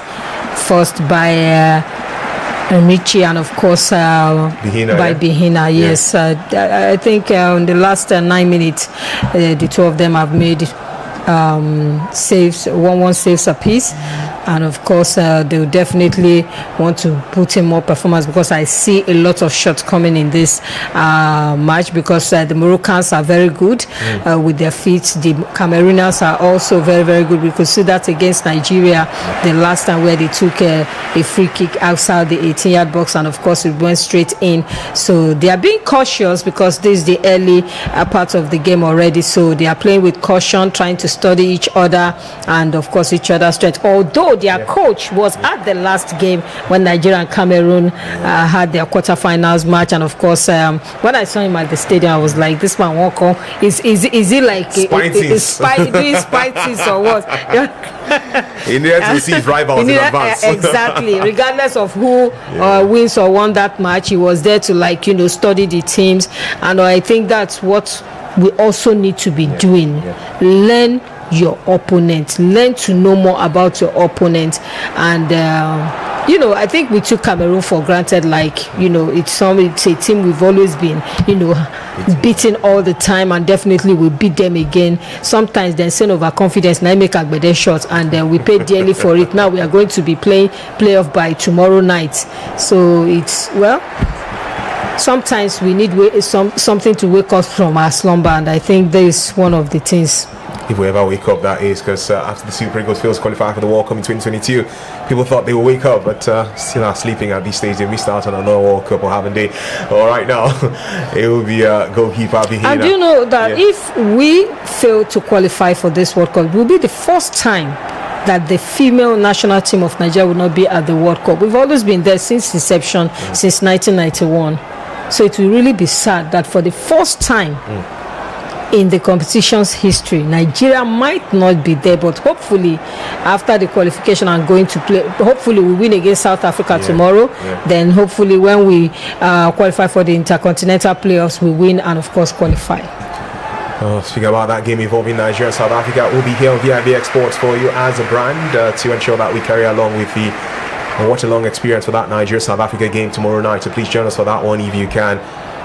Broadcast will start at least an hour before the game comes alive by 9 p.m. It will be an exciting time to enjoy the rivalry between Nigeria and South Africa. A game that if these two teams had found themselves in good places in the group stage, could have been a final for this Wafcon 2026 based on the seeding and everything, but somehow both of them did not put themselves in a good place. Now they're happy to play that in the playoff experience. And it's the first time ever Nigeria Super Falcons got knocked out of the Wafcon before the semi-finals, as Cameroon, the team we're focused on, alongside Morocco, have a free kick. I can see your thoughts. I'll be reading your comments shortly. Keep them pouring in if you can. And please don't forget to click on that subscribe button. That's the only way you can encourage what we're doing as we come here every single time to keep promoting the very best of African sports for you. To coverage of live action. When we have the rights, we bring to you the live pictures. When we have the rights, when we don't have the rights, we give you the watch-along experience like we're doing right now. Thanks for joining us. Throwing for this Moroccan side from the right-hand side of defending, El Haj, 31 years of age. Long clearance into the half of Cameroon. Their centre half will certainly do her job. Niyi Keith, that's partnering alongside Iyajo. They're holding on there. Iyajo, that lady who has a powerful shot off her foot, as we saw with Chiamaka Nnadozie struggling to you tried to play safe there. And she put the ball out for a throwing now for Morocco. Iyajo, Morocco have it throwing from the right hand side of attack. Looks like it's El Haj will take these for them. Out for another throwing again, the right full back for Morocco. El Haj seems to be an assist general. Her crosses from the right hand side have led to as many as 4 goals for this Moroccan side in the Wafcon. She also took a step further by scoring a goal in the victory against South Africa, that 2-1 success. Throwing again, a third one in a row for Morocco, and a fourth throwing in a row now. It was a hit back to back in the Walter Balamide. Africa just defending for their lives. Morocco will be keen to make the most of these throw-ins. El Haj one more time, and I think he's fine. Corner. No more. Okay, that'll give us some respite. Throwing again, the fifth throwing in a row. See from that right side, taking this time around. El Haj launches across through, and she's gone multiple times. It hits the upright, and that could have been assist number 5 for her, but Nstudi's header well hit the direction of the goalkeeper's best friend, and Cameroon have escaped. She's having a fantastic run in this tournament. Talking about Nstudi, trying so much, scoring some very vital goals for Morocco, and of course she almost came close to giving Morocco the lead against Cameroon. And now another corner kick from that right hand side goes straight into the arms of goalkeeper Bihina, and he's glaring. Javita, this game has been one-sided for the first 14 minutes. Morocco have come here with the desire to score very early. Definitely, one way to win a game of this magnitude is to score early, and you know the next step to take. But then, from the way the two sides are playing, you can also see that the Cameroonians are trying to study the pattern of play of the Moroccans, and the way the Moroccans came out fighting, came out attacking. It's just like the case of in the World Cup between Argentina and Spain. Argentina was playing deep, they were defending deep, while the Spaniards were busy, bombarding them with attacks. I think that is exactly what is happening here. I think the Cameroonians, because against Nigeria, they didn't play this way. They didn't start off this way because they're familiar foes. They have only met 2 times, talking about Morocco and of course Cameroon, twice in a friendly game, and I think Morocco won the first one and Cameroon won the second one just by a very narrow margin, 1-1. That's what they played, and now meeting on a competitive stage like this, one has to be very careful because this is the semi-final. Any small mistake and that is it. The other team goes through to the final to meet Malawi. I think they are trying to study the game of the Moroccans before knowing the steps to take in this game. But so far, the Moroccans have been on fire. 72% of the possession for Morocco and 28% for Cameroon. In viewing centers, you hear stuff like who they play home. But it's not by possession. True, who they play home at Cameroon. Sorry, Morocco they play home. It's not by possession. Maybe they're looking for a way to counter the attack of the Moroccans. Indeed, 2 shots on goal for Morocco so far, 1 for Cameroon. It's funny how football plays out, that the closest chance for Morocco to score is one that will count as a shot or an attempt off target, because when he hits the bar, it's off target. It's funny how football works sometimes. Long ball for the Moroccans towards this right hand side. Lovely exchange of passes, and Cameroon will defend again. So get ready to read your interesting thoughts and comments on this lovely vivxsports stream. Stanley Felix Kulapami 3278 says Malawi is winning this cup. All right, Stanley, thank you. Great to hear from you. Cameroon is going to win for sure. That's according to Mangiep Esther Tabe J10. And it's interesting. Keep them pouring in if you can. Mary Kazim 05H says Malawi will win the match. Kuntazi, I saw Malawi win the earlier fixture by 3-1 against Algeria to ensure that we will not have an all North African affair, whatever happens in this one. Morocco come forward again. And talking about Malawi, it will be their debut World Cup next year, alongside Algeria also debuting for the first time. Morocco made their debut in the World Cup in 2023 in the Australian and New Zealand World Cup. And of course, they actually made it to the round of 16 where they were eliminated by England. And of course, apart from that one, they've been doing so well. The four teams. Cameroon missed the last World Cup in Australia, New Zealand, and of course also missed the Wafcon. They were not able to be there, but then they went back, to the drawing board, and they were now able. We see a formidable team playing in this year's Wafcon, and I think Nigeria has a lot to learn from these teams at this year's World Cup, especially the four teams that qualified through the semi-finals. Talking about Algeria, Malawi, Cameroon, and of course Morocco. A lot of difference, a lot of change in their own pattern of play. This same Moroccan side lost to Nigeria last year in the Wafcon final, and this year they came out stronger. And of course, we saw a lot of determination on the part of the ladies, and the Cameroonians being given that lifeline to come back to the Wafcon because they were out already. But because of the expanded system, and of course that CAF brought, they were able to come into this competition, and they are in the semi-finals. A lot of lessons to be learned. Indeed, it was euphoria joy of the vivxsports family, who was my color commentator for the exciting fixture involving Nigeria and Cameroon, who was saying stuff like, this is very interesting, the Cameroon came into this Wafcon through the back door, but now have qualified for the Women's World Cup through the front door. On the contrary, the Super Falcons came into the Wafcon through the front door, but now I try to get to the World Cup through the back door. It's crazy how life works sometimes, because just like Javita said, Cameroon failed to qualify officially for this Wafcon. It's a 12-team competition normally, but CAF decided after the qualifying series to expand the tournament to 16 teams until they gave 4 slots to the highest ranked countries that had not qualified officially. And Cameroon were lucky enough to come through, and here they are now in the semi-finals and have also qualified for the World Cup as they get a yellow card shown to one of the stars on the shield for them, the lady sporting jersey number 14. She'll have to do better. Ngok, now she has to be careful. Monique Ngok gets the first yellow card in this game from the Togolese centre referee.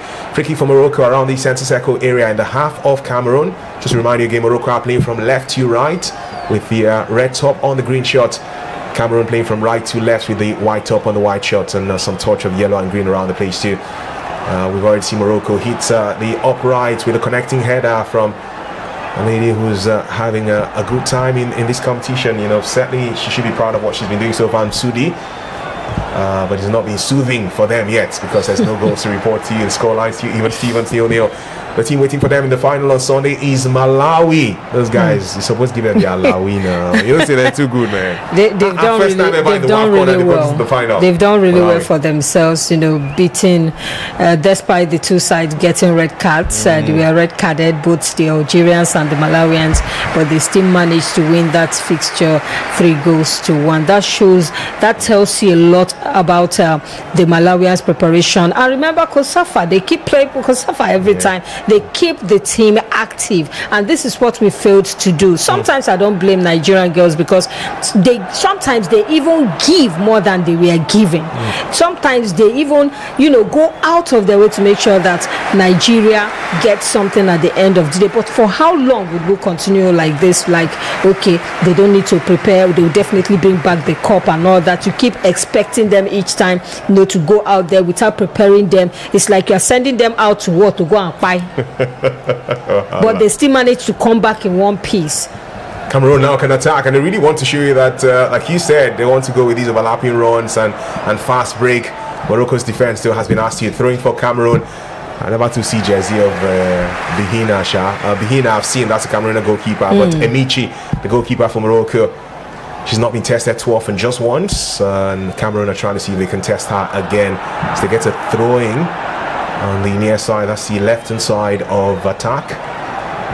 It's a tournament where we've seen scanty stadia across the nation, except when Morocco plays. Exactly. So we have a full house in Rabat tonight. But minus that, the fans have not been too enthusiastic to come out to watch other countries play. That's another area that CAF has to, work towards, promotion of women's game. FIFA does it all the time, making sure that a lot of people follow the game, a lot of interest, and that's why in the FIFA tournament we see a lot of sponsors and a lot of people willing to invest in women football. But unlike in Africa, the only time people come to stadiums since this tournament started, it's only when Morocco is playing, which is not good for the sport at all. Sure. As far as Africa is concerned. So I think CAF needs to do a lot more in terms of promoting women's game, and of course making sure that people buys into it, because these women are playing fantastic football. The game has improved. We are seeing, unlike before, when they first started, they booted the ball from one end to another. But now you see coordinated plays. You see link up, very good link up plays. You see very good attack system. You see everything that you normally see in the men's game. You are now seeing it in the women's game. So why are we still not promoting the sport when it comes to women? You have to promote these one for sure. And Cameroon are trying to promote themselves to the final. Here they come from the right hand side of attack and blocked. Great defensive play by the North Africans, who have had to commend Benzina and Atik as centre-backs. Some great job done by Redoni too from that left-back position. The referee spots an infringement. It's a free kick for Morocco, this one. Nyajo, the goal scorer against Nigeria, guilty of the foul there, and she just bashed into Jiraidi, the lady on jersey number 9 for Morocco. The point lady who had to come back to help them in defending. It's partnership of Bihina and Atik now, the two centre halves. Atik one more time, takes it back to her goalkeeper Emichi. Emichi has Benzina by her left hand side and goes to Benzina. Benzina has options, could go to Rodini towards her left, but comes back again towards the right to Atik. Atik now can lay the pass to El Haj, decides to go forward instead though, keen to bring in Emrabet, captain of the side, helping out. She's all around the place. Chebak, to appreciate, and perhaps this is her last chance to win the Wafcon at the age of 35. You're not too sure if she'll still be part of the team in 2 years' time. Anything is possible. Anything is possible if Mata could do it. Right. Chebak really does matter in this Moroccan team. Exactly. I know it's your Brazil you're talking about. She's not even playing like one who is of that age. She's playing like just like Cristiano Ronaldo plays, like a younger version of Cristiano Ronaldo. She's playing so well, you wouldn't even men looking at her, you wouldn't even guess her age. It's incredible, really. It's really incredible, yeah. Massive player she is. Has been around the place. Has been part of 2 heartbreaking finals. They lost to South Africa in the final in 2022, and the Wafcon final of 2024 that took place last year. They lost to Nigeria. Anyway, Morocco have always won their semi-final game when they get to this stage of the competition. Got the better of Ghana in the last edition, and in 2022 they beat Nigeria in the semi-finals to get to the grand finale. So this could be another semi-final victory against a different opponent for that matter.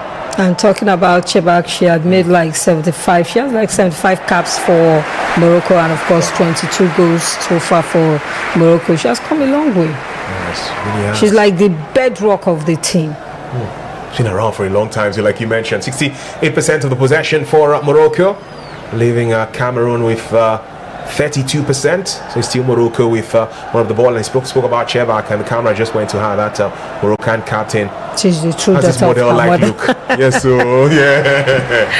They say, when they talk about me, I'm gonna see me here for pitch now.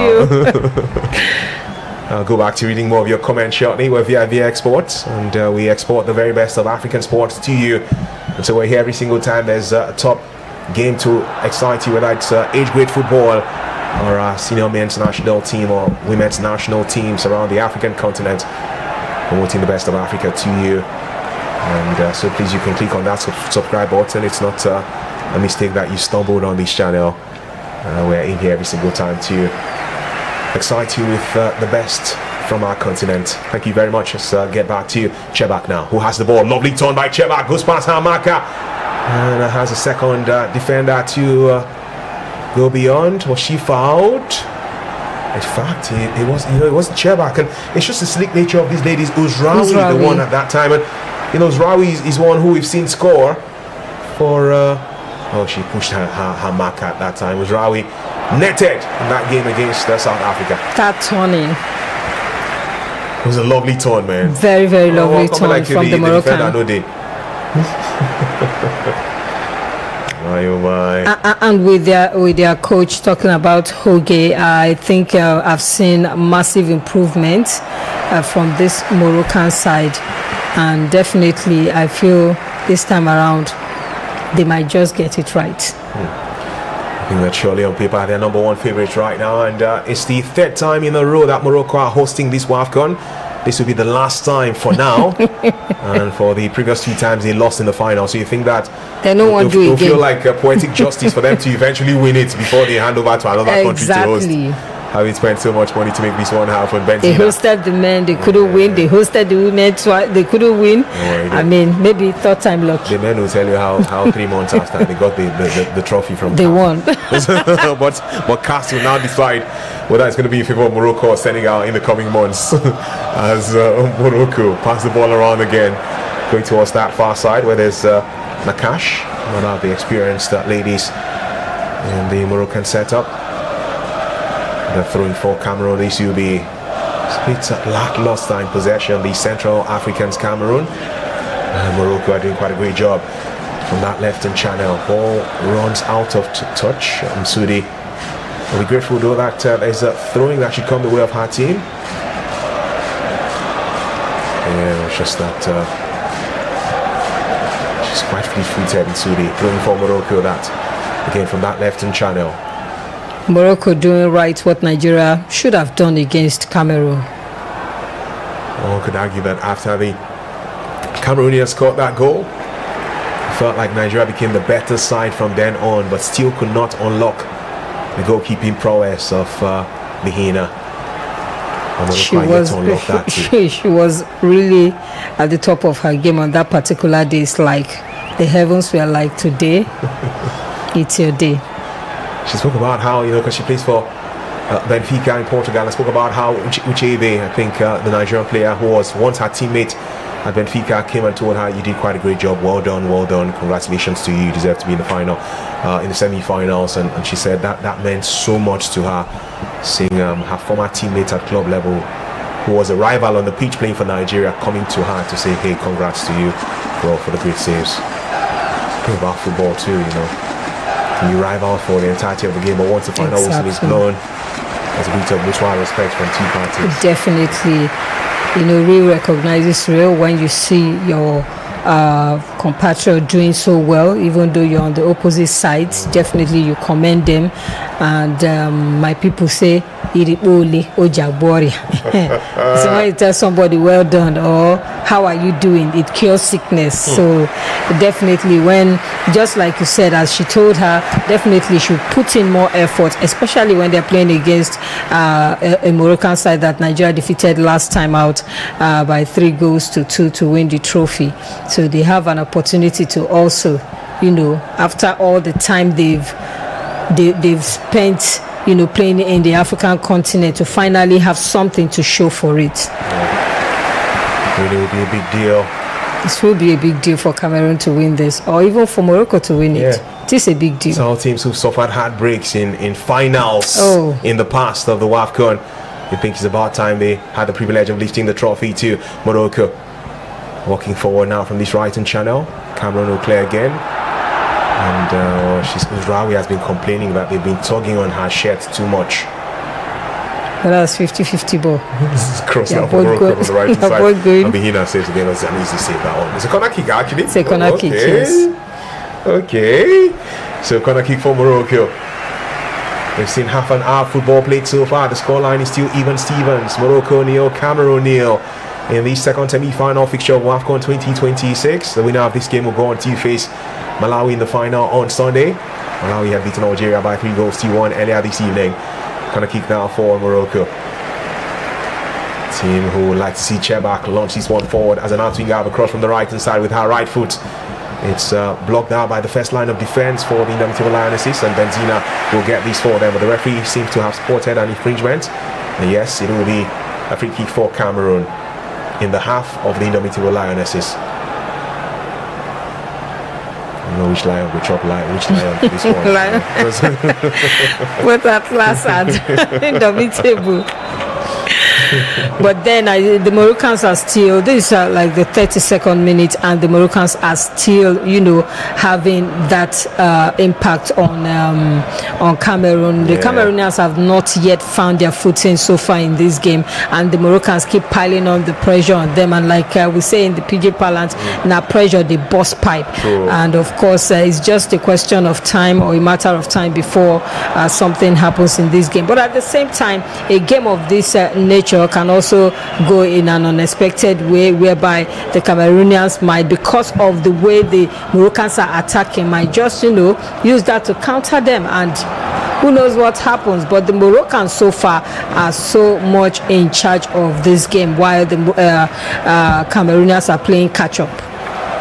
Yeah, now Morocco will caress the ball a bit more in their own side of the divide. As more of your thoughts are pouring in, we appreciate you. Thank you. Henry Triple Venture says Malawi will win the cup, and for famous forwards G6J, you say Cameroon will win. Nice, keep them pouring in if you can. Those interesting and intelligent comments of yours. As Cameroon will launch forward again from the right hand side of attack. And they do have stars aplenty ready to align for them on the pitch. And 8 Hajj, El Hajj, the developing run from this right hand channel. And Uzraoui also playing her part. So, and there's been a few questions asked of lady sporting jersey number 9 for Cameroon, Mendoa, who's had to come back to help in defending a few times.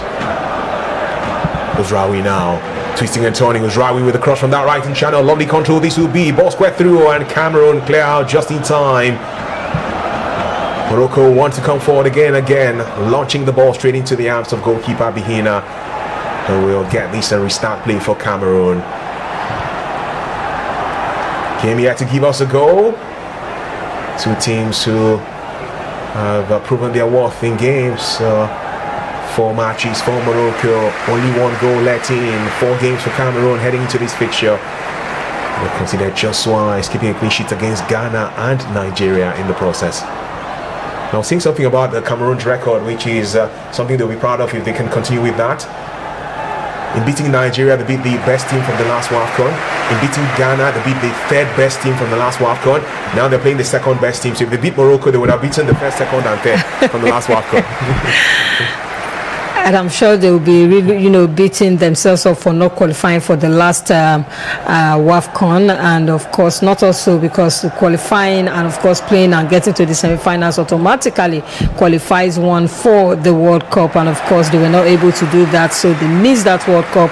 And of course they've only played in the World Cup for like 2 times, 2015 and 2019, and you know, coming back this year shows the level of improvement in their game, shows that yes, even the mentality of the players is much more than it used to be. So that is a warning sign to every other team that football in Africa, there is no more minnows, and anybody can beat anybody. Indeed. Malawi has also shown us that. They really have, man. First time as Malawi, and have gone all the way to the final. Their debut season in the Wafcon. It's about taking your chances when it comes your way. That's what Malawi have proven in the competition with the Chawinga Sisters. Then was the best player in the Women's League in the USA for the last 2 seasons, top scorer also, as we see the possession start. I wouldn't be surprised if one of them is the best player of this tournament. 3 shots on goal for Morocco in here. Just 1 on goal for Cameroon. Morocco with 68% of the possession. Cameroon with 32% after 36 minutes of play. Scoreline still 0-0. Tonight there has to be a victor, there has to be a victim, there has to be eviction. So one of these two teams will be sent away from the quest to lift the title. Maybe Cameroon or Morocco, only time will tell. With Rawi searching for support, she will get it from El Haj. A chance for a cross for Morocco, headed out by Cameroon. Yet another corner kick for Indomitable Lionesses. Keith doing quite a great job at that time of asking. And they really know how to score goals when those crosses come from the right hand side, and that's the reason El Haj has had 4 assists in this tournament. It's always those crosses from the right channel. So far, Cameroon have found a way to manage one of those crosses. But for how long would they keep absorbing pressure? For how long would they keep absorbing that pressure and, of course, defending deep? Now they have to defend this corner kick from the right hand channel. They have done that really well. Indomitable Lionesses. And it's all the way back to the halfway stage of the pitch. Benzina towards his right hand side. El Haj will be proud of seeing her captain launch the ball through from that right side again for them. Chebak, and he goes to the right hand side of defending for Cameroon. Let's declare that forward. Morocco now have the ball from the left hand side of attack. Just doing this to give you a mental picture of what's happening on the pitch. Best time to remind you again that Morocco are attacking from left to right, Cameroon playing from right to left. Clearance for the Indomitable Lionesses all the way back to the centre back partnership. Benzina was hoping to get the ball, but Atik decided to hold on to it, and Atik's long ball to find Redoni wasn't successful. Redoni unable to control, and telling Atik, thank you, idea, as we say in local parlance in Nigeria. That was a very bad control from Redoni. Yeah, she was pinching herself for failing to handle that right. But there'll be more chances, I can imagine, for her. So she brings in a support cast on Sudi in the mix. Referee, free kick. Yes, free kick for Morocco from the left hand channel. The lady with is this the white hair? What do you call this? I don't even know. That was a good call. Cameroon complaining, and that's clearly a foul. Yeah, she's trying to be sure who exactly that is. I think it's Yakana or something like that. She practically swept her off her feet. And they didn't fall in love with each other. Yeah, the lady on jersey number 20 guilty of that. Ngo, she's the one who committed that foul. She was telling the referee, I did not do anything now. But it was as clear as day. Someone playfully said that when they talk about lawyers playfully now and defending their cause to the end, even when for some it may not be the right cause, footballers still have their unfair share of issues. You know, you committed a foul and you're going to pretend like you did not commit a foul. What happened to Crisanto Suche, player for the Super Eagles, the guy who had that crazy tackle that led to the serious injury for the Nigerian star who's going to be out for the entire season, was still acting like, I did not do anything. Exactly. I'm like, are you okay, guy? What's wrong with you? It's as if he wanted to end the guy's career. Telling you in a friendly fixture, he's out for the rest of the season. Crazy and sad. Only God knows when he's coming back. To think that happened in a non-competitive game, exactly, makes it even more annoying. But the Moroccans have been proud of reminding the world that they will be co-hosting the World Cup in 2030 with Portugal and Spain. The question is, will that still happen though, with UEFA threatening to boycott FIFA organized competitions? They make their push to see if they can make Gianni Infantino But the good thing is at least FIFA had abandoned that idea. I don't know who even gave them or who even proposed that idea in the first place. But because not just UEFA, CONCACAF, CONMEBOL, Asia, Oceania, everybody was, apart from Africa, I didn't hear nothing from Africa, but then every other confederation came out and said, no, this is wrong. FIFA, we are not doing this. FIFA has always been a non-profit organization. I don't know where the idea came out from, wanting to they set a part of that particular one they wanted to do with the son, is it brother-in-law of Donald Trump's son-in-law, brother-in-law, the brother of Donald Trump's son-in-law. Son-in-law, exactly. So I don't know where that idea came, but thankfully they abandoned it, and of course we hope UEFA had forgiven Infantino, because I doubt if they would support that man in anything again. They've had issues in the past, and the World Cup practically opened a whole can of worms, and of course we all saw where that one led to. Donald Trump, president of the USA, has been reminding everyone as to why they need to change their mind if they It's a are thinking of businessman. kicking out Infantino, saying he organized It's the all about successful the World business. Cup ever. And so deserves all the respect here. Nothing trumps the thoughts of Donald. Free kick for Morocco, maybe. They have a player down in the center circle area. And the referee will stop play for a bit, and it's going to be restarted shortly. Apparently it was Msudi who just had a clash towards Hafiz. Benzina will take this free kick for Morocco.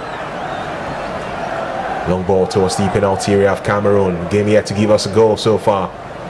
Cameroonians defending. And they have done that well enough for the 40 minutes plus we have seen in Rabat. Benzina again.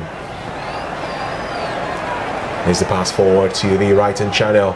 El Haj, don't mind supporting. Cross from the right side for Morocco. One more time, we've seen the centre backs for Cameroon in Maikif and Iajo clear that out.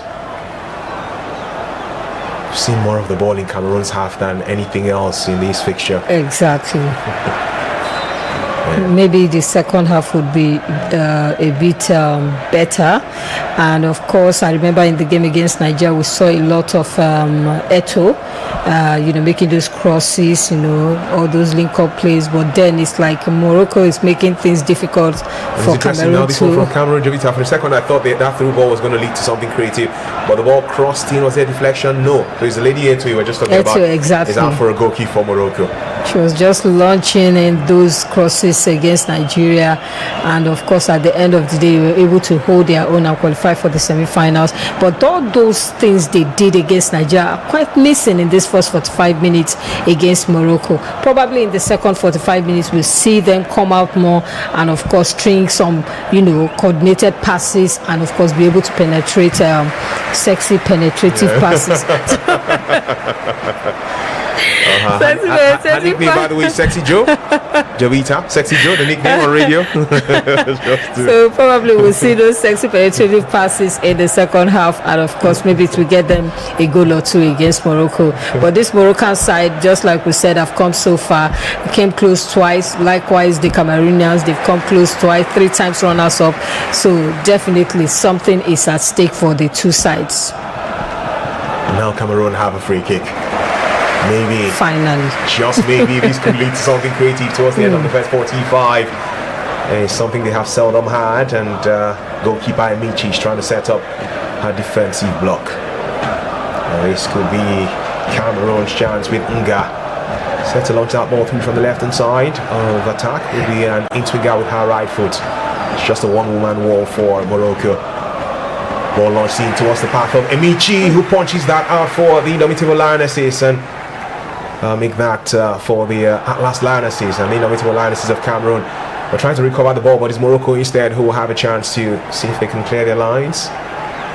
Long clearance towards the halfway stage of the pitch is out for a throwing for Cameroon. We had Redoni with that clearance. Cameroon now with the ball from the right hand side of attack. Maybe they want to finish the first half on the high. Choose the right time to want to have control of the ball. Now they have a free kick too. It's the middle of the pitch. Interesting end to the first 45. And Iheboro Polycap 7368 says Morocco is winning by 2-1. Nice, great to hear from you. Eno Site, I hope I pronounced your name right, says Malawi is the win. Nice, Malawi is to win the Wafcon, you say. Alright, impressive. Thank you for your thoughts. Don't forget to please click on that subscribe button, and it's the way you can support us to put in all the effort to put in financially and otherwise to always be here in the studio to ensure that we bring to you the live action. Kudos to a man and his wife, the brain behind this fantastic vivxsports team. So we have another pause in play by the center referee. Lady from Togo, no controversy so far from her. I think she's been excellent so far, making the right calls, and of course so far so good. The match against between Malawi and of course Algeria was officiated by a Nigerian, and thankfully for the first time in a very long while we're seeing the Nigeria center of in a continental tournament. And now we are seeing a Togolese. If we can have Togo, Niger, Republic, these are not even strong footballing nations. How much more Nigeria? Did talk about this every single time. It's been ages since we last saw a Nigerian referee officiating the Africa Cup of Nations. That's the men's tournament. Don't even think about the World Cup. That's too far ahead. This is Somalia, who had a referee in the World Cup but then had to be bounced by UEFA. And talking about UEFA, we're having the UEFA Super Cup today, and he's the man in the middle. Exactly. So a country like Somalia can have a referee that is the best referee in Africa right now. What's happening to Nigeria? That's supposedly the giant of Africa. So questions that we ask, but we're not here for Nigeria. We're here for Cameroon and Morocco right now. Let's celebrate these two massive sides who have been very impressive en route reaching the semi-final stage of Wafcon 2026. So we're just a matter of seconds away from the halftime break officially. We have 3 minutes of added time, a few more seconds to having that one elapse. There's still Morocco nil, Cameroon nil. Semi-final fixture number 2 for Wafcon 2026. And the place in the grand finale is in the offing for one of these two nations. Recently, CAF have added even more support to the financial reward for this competition, taking down a total prize fund of $5.8 million US. Hoping $2 million or so for the team that wins this.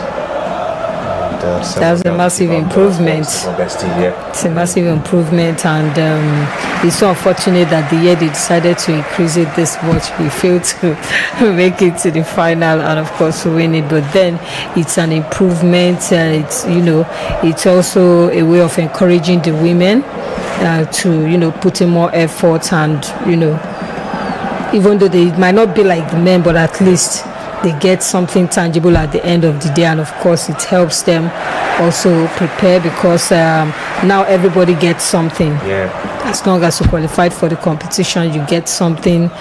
So it's encouraging. It is. And just to put that into context, right, so you understand how encouraging and how high profile this is. As we go into the halftime break officially, first off in Rabat, well, it's a game that has seen Nsoudi's header hit the upright, and Morocco have dominated as far as the possession stats are concerned for most of the game, controlling this at 68 to 32% and having corner kicks aplenty and shots on goal, but they have not been able to go beyond goalkeeper Bihina of Cameroon. Amici of Morocco has had to make one save too, and there's a game that could offer us even more in the second half. Halftime in Rabat, it's Morocco nil, Cameroon nil, and so far we have no idea which of these two teams will march on to the final of Wafcon 2026. And I was going to say, prize money wise, if the Wafcon tournament now is $2 million US for the winner, guess what? When Nigeria Super Eagles won the Africa Cup of Nations title in 2013, the prize money then for the Super Eagles was $1.5 million. So that shows you how big this is now in the context of women's football. Exactly. You might know there's been inflation between 2013 and now, but who would have thought that at that time, when the AFCON prize money for the winner was $1.5 million, who would have thought that by 2026 the women's competition will have $2 million as the prize money for the winner? Although I'm not saying it's not as if I'm saying, I'm just saying they tried, CAF tried, but they can do more. The guys in the UEFA they can do exactly. They can do more. I think it's a step in the right direction anyway. From I think the last time the Nigerian women won it last year was 1 million, and this year is 2 million. Hopefully by the time it comes around again, it will be like 4 to 5 million. So encourage the women. Easy. Encourage them. Easy. In the words of P-Square. What's here for you, by the way? Get ready to call in if you can, whether you're a fan who's anti-Morocco, anti-Cameroon, or you're a fan who supports either Morocco or Cameroon. We'd like to have your say as we look ahead whether to find out which there's anti or brother, somebody must win today and go anti or Uncle Morocco. So let us know which of these two teams you're supporting, and feel free to also share your predictions with us. Yes. We'll not mind getting your thoughts. Javita IK, Sexy Joe in the building alongside myself, Chuma Noli, and with vivxsports Sports representatives for today's coverage of the second semi-final fixture. We brought to you the action from the earlier game, and we hope you're enjoying this one too. Keep your thoughts coming through by the comment section, and the phone line. So the number is on your screen. It's +234 813 6197 658. That's +234 813 6197 658. If you're based outside Nigeria, if you're in Nigeria, you can say 0813 6197 658. We would like to get your thoughts. Your summation of the first half, Jovita. Well, so far so good for Morocco. They seem to have everything under control, apart from the fact that they were not able to convert any of their crosses, any of their chances. But so far they've been the side that has brought in their A game. They've been the side that has been pushing to get a goal. They've been the side that has been piling all the pressure on Cameroon. But unfortunately, sometimes life works that way. Yeah. Upon all the efforts they are putting in, they were not able to get a single goal in the first 45 minutes. And for the Cameroonians, I think Coach Valentina has a lot of work to do on this team, because I don't know, it's like they are playing more of a defensive game instead of coming out to challenge the Moroccans. And this, if they continue with this pattern, is going to be a problem, because any chance the Moroccans get in the second half, they bury it, because whoever scores in that second half is going to go straight to the final. I'm not saying they're not going to try to come back and fight back and all that, but then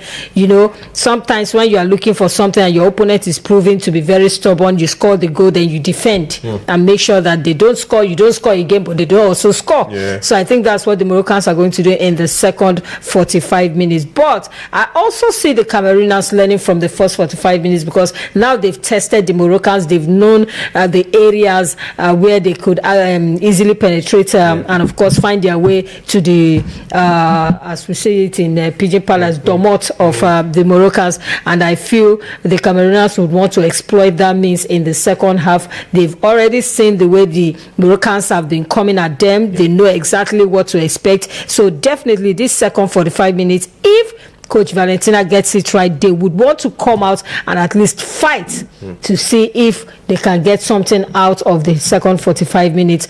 But the Moroccans will also come all out in the second 45 minutes to see if what they did in the first 45 minutes, they can also repeat or go further and get their goals. So it's going to be a very, very tough second 45 minutes for the two sides. Really has to be. And of course, if none of these teams score after 90 minutes, then we'll have to go into extra time and potentially penalty kicks, which is not where I'm sure many people want to go to. They'd like this thing to be wrapped up. But both of them are still good in defending. And like Jovita said, it looks like any team that scores first may just defend their way to the victory. And this more of your thoughts. Just a goal is enough. One goal is enough. You lock up through a key. Indeed. And Osite is speaking to us. I suspect you may be Malawian. Thank you for dropping your thoughts. We appreciate you.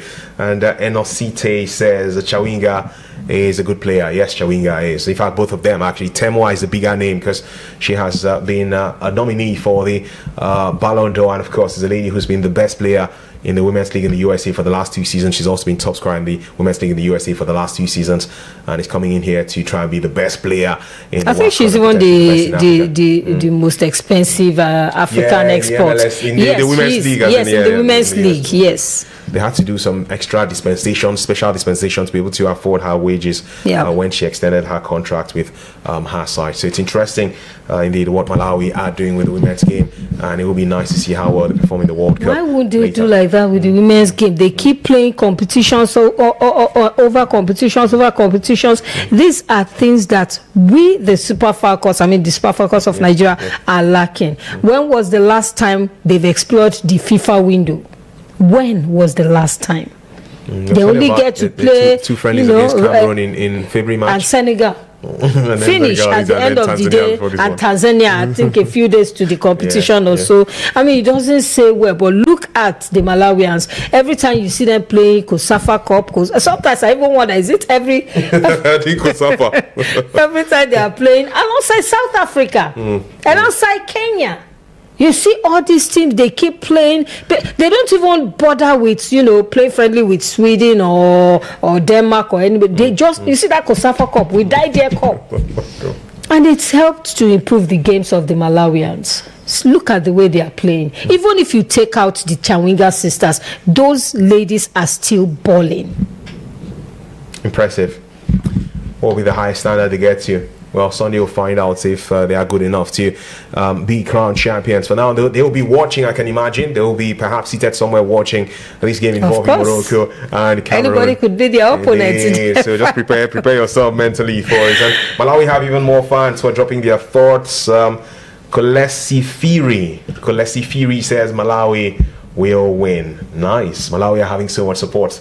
Malawians, keep it coming. Actually, keep it coming. All right? They've shown workings. The Cameroonians and Moroccans, I know that French is the first language in your respective countries, but Cameroon also has the English-speaking side. So feel free to drop your thoughts. We're here for you. We'll be sharing more of those comments of yours, and you can dial the number on your screen to speak to us. Really nice to have all of you join us. And if you just join us right now, we're vivxsports, and the idea for us is to keep promoting the very best of African sports to you. So we come here every single time throughout the course of the Wafcon. We have been here to bring to you some pulsating drama from these top teams when they are in action: Morocco, South Africa, Cameroon, Nigeria, and the likes. We'll be here for you tomorrow as well for that Nigeria South Africa game, and we'll be here for you for the final. A must-win game for Nigeria. Indeed, must-win for even South Africa too. They'll be telling you how far. You know, what is good for Uganda is good for Kenya. So please click on that subscribe button. All right, just click on the subscribe button. Thank you so much, and trust me, you'll be grateful in the months to come that you subscribe to this channel of ours, and you'll be enjoying the very best of our coverage of African sport.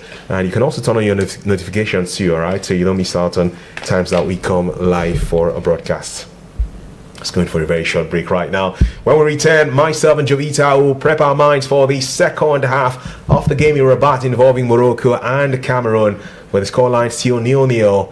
We'll look ahead to which of these two sides could potentially crack it in the second half and get the victory and progress to the final. We'll be Who back do you shortly. think will crack it? Morocco? Oh yeah, stay with me. We'll tell you when we come back. We'll be back shortly. All right, stay with us. Edition of the Women's African. Get ready for an electrifying showcase of the best of women's football. The passion, the zeal, the beauty, and the footwork. The continent of Africa returns once again to celebrate the showcase that shuts down the globe. Raise the roof, people! Look up! The skills, the goals, the celebrations, and everything that makes the Women African Cup of Nations will be on display. It's a total package. Who wears the crown? Who takes the glory? Would there be a successful title defense? Or would we have a new champion? This is the Women's African Cup of Nations showcase. This is our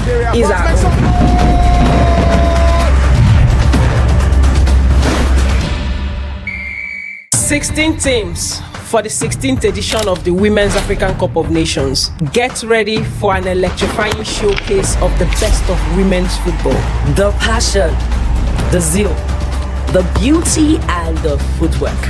The continent of Africa returns once again to celebrate the showcase that shuts down the globe. Raise the roof, people! Look up! The skills, the goals, the celebrations, and everything that makes the Women African Cup of Nations will be on display. It's a total package. Who wears the crown? Who takes the glory? Would there be a successful title defense? Or would we have a new champion? This is the Women's African Cup of Nations showcase. This is our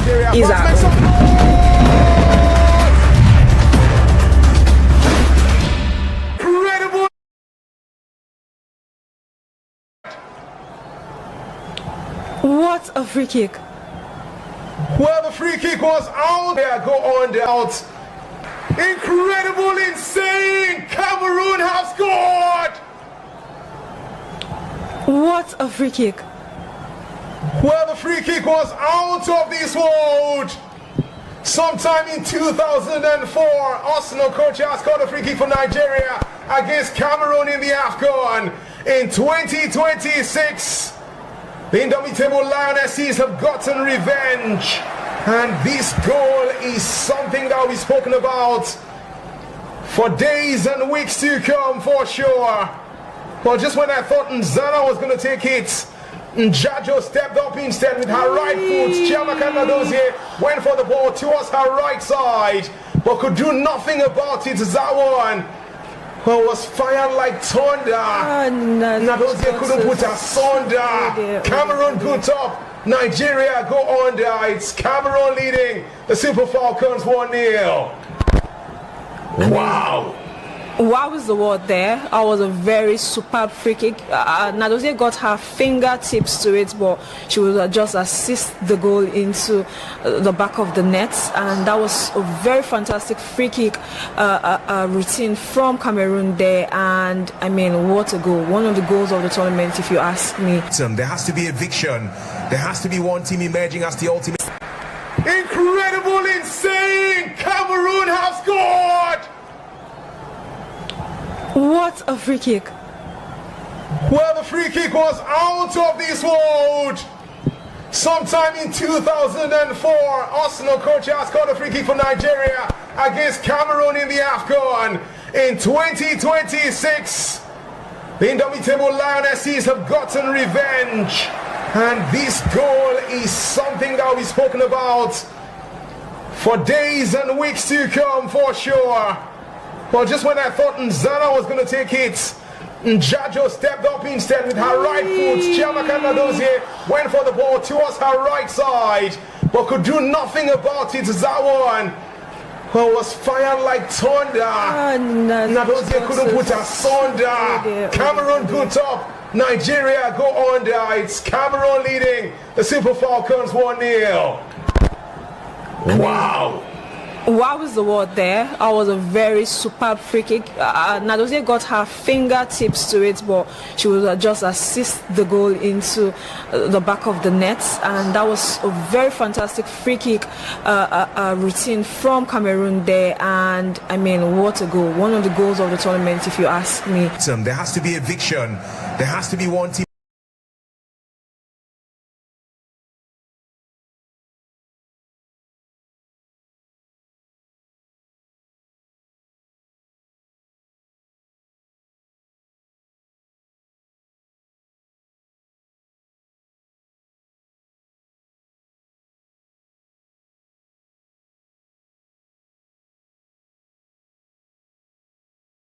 Welcome back, vivxsports. The very best of Wafcon 2026 coming your way here with our Watchalong experience. Chuma Nolin here alongside the ever brilliant Javita, aka Sexy Jill, and you also are there too. Keep your thoughts pouring in if you can via the comment section. We'll be going back there to read even more of your thoughts, and your votes have come in as to the poll that we have there. We have been asking you which of these countries you think will win the Wafcon. Cameroon have more votes. 48% of you have voted for Cameroon. Morocco 32%, and Malawi have 20% of your votes so far.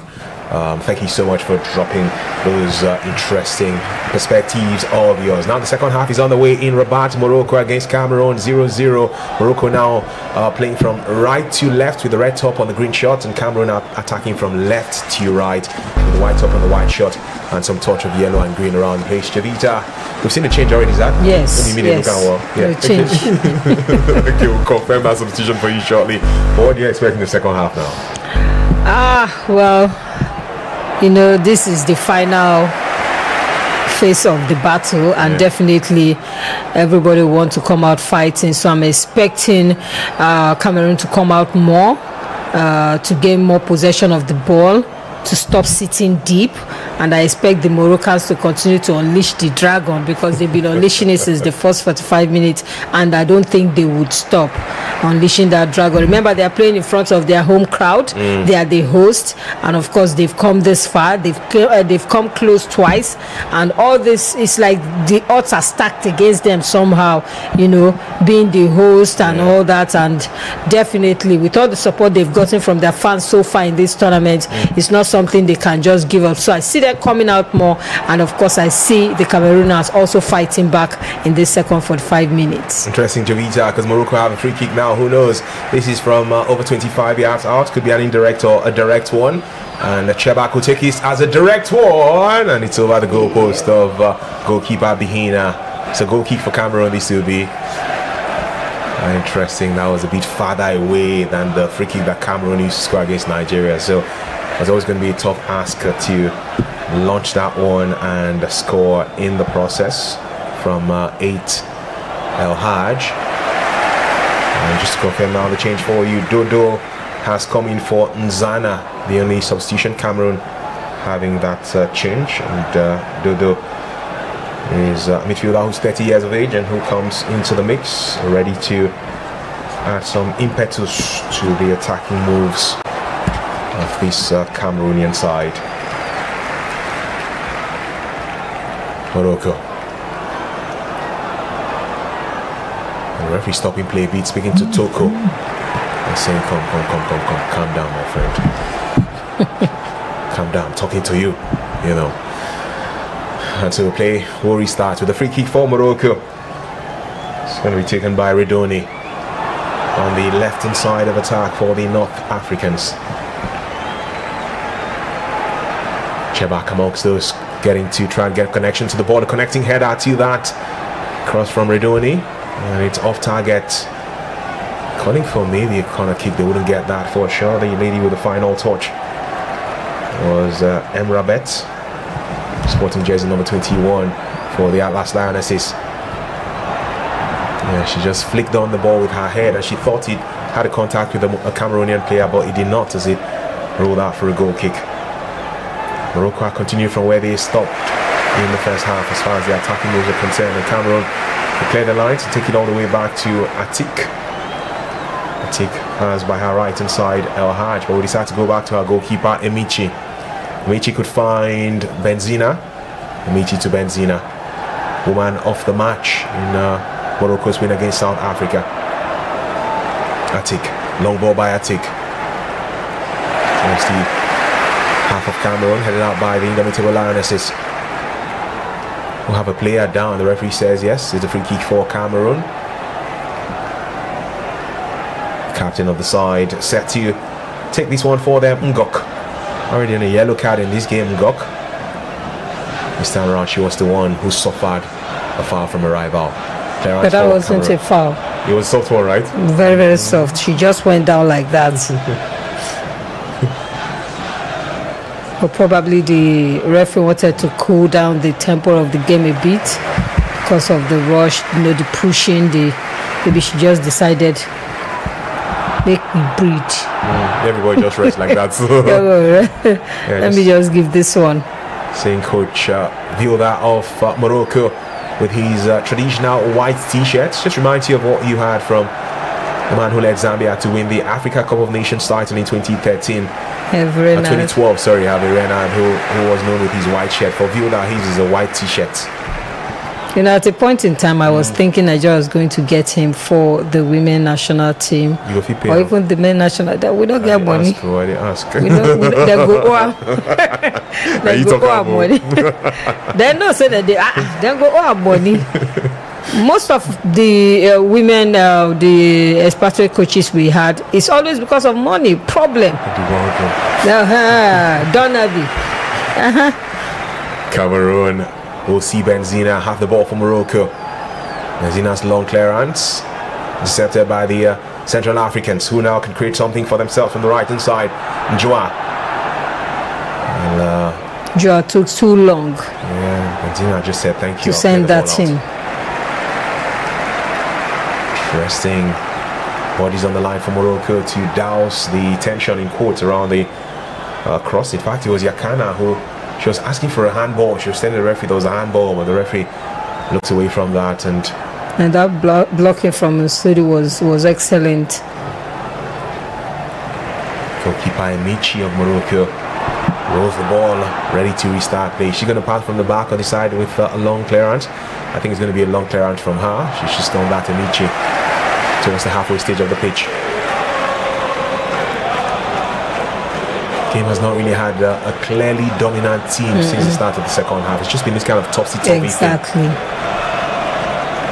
But at least we are seeing more of the Cameroonians, you know, coming out and of course defending well, trying to attack as well. Unlike the first 45 minutes where it's like everybody is like going back to defend when they know be Voltron. Defender of the universe. Sudi. She's the lady who's come closest for Morocco to score. Across from El Haj in the first half. had Msudi getting her head to it, but the goalkeeper's best friend, the upright, stopped that ball from getting to the back of the net. So he hit the bar. The woodwork, as they call it, still. Throwing for Morocco. Redoni takes it from this left-hand channel. Long ball now. Cameroon again. It's been what they've been doing all night. If they're not doing ball, we enter. So they have to defend. For their lives all night long, like Lionel Richie. Cameroon now can walk a bit of magic, or can they? Switch of play, getting the support of Yakana from this right hand side. She brings in, of course, Njoa. Lovely passes. A chance for a cross from the right hand channel for Cameroon. Comes in straight into the arms of goalkeeper Emichi. Easy save that was for the shot stopper for Morocco. Toko was the lady who had the cross. Now we are beginning to see Cameroon come out to cross, to link up play, to be able to like crossing the ball. Apart from maybe once that we saw it in the first 45 minutes, now we've seen this should be like the second time that they've been able to get to exactly, and of course be able to like cross the ball. Apart from the one that they couldn't do the other time, but now they've been able to at least get one across. But that goalkeeper Richie doing very well as well. We're going to see the second change for Cameroon. They are desperate. It's a sign of desperation. Right, they just have to do something, man. They're like winning this match now. So Belek is off, and coming on for her is Kome. Kome could add some extra impetus to the moves. If you want to pronounce that name, so the spelling, you want to call her Kome. Kome. But more like Kome in the mix for Cameroon. Senacom. All for the Moroccans. Great stuff by Atik. Working her way forward. Long ball. Getting towards that danger zone of Cameroon. Still rebuff one more time. Very impressive what Melinkif and Iajo have been doing in that centre-back partnership. Cameroon calling for a throwing and saying, assistant referee, what did they do now? But it's not going to come their way. It's a throwing instead for Morocco. That will be Eto complaining seriously at that time. Does she have a point? It was a clash of legs on the ball at the same time, and the ball headed off for throwing. The assistant referee opted to give that towards the path of Morocco. We'll have a Chebak trying to come forward for them. Instead, it's the captain of Cameroon who defends that Ngok. Free kick for the Indomitable Lionesses in their own side of the divide, closer to the throwing line than anywhere else from the right hand side of defending for the three-time Wafcon finalist. Long ball now for the Central Africans. Benzina will head that one out for Morocco. We're seeing a bit more, just like Jovita said, of Cameroon. The impetus, the confidence in coming forward has become stronger since after the restart. Maybe we're going to see even more excitement because spaces are now being found for Morocco when they come forward. Msudi. Back to goalkeeper Emichi. Are we going to see a match that will take us into extra time? I'm not sure yet, but it's looking that way. Benzina in the 55th minute, her through pass intercepted by Cameroon again. Benzina will get a second chance to clear this one out. Lovely. Very lovely. Redoni again, quick 1-2 on the near side here. That's the left hand side of defending for the Atlas Lionesses. The hosts take the ball back to their goalkeeper again, Emichi. Full house, tens of thousands of fans in the stands in Rabat, craving for success for the Moroccan team as Benzina launches forward. Interesting to see Msudi in the mix too. Benzina again opening up for Redoni from the left side, but she opts to go with a long ball towards the penalty area of Cameroon. Too long, that one, all the way out for a goal kick for the Indomitable Lionesses. You can see that the Moroccans have been together for quite a while. You can see the understanding, you can see the synergy between the players, and of course I think they've come a long way, redefining their football and, of course, upgrading their philosophy and being able, both for the men and the women's team, we've seen a great, I don't know how to put it. You've seen that change in the way.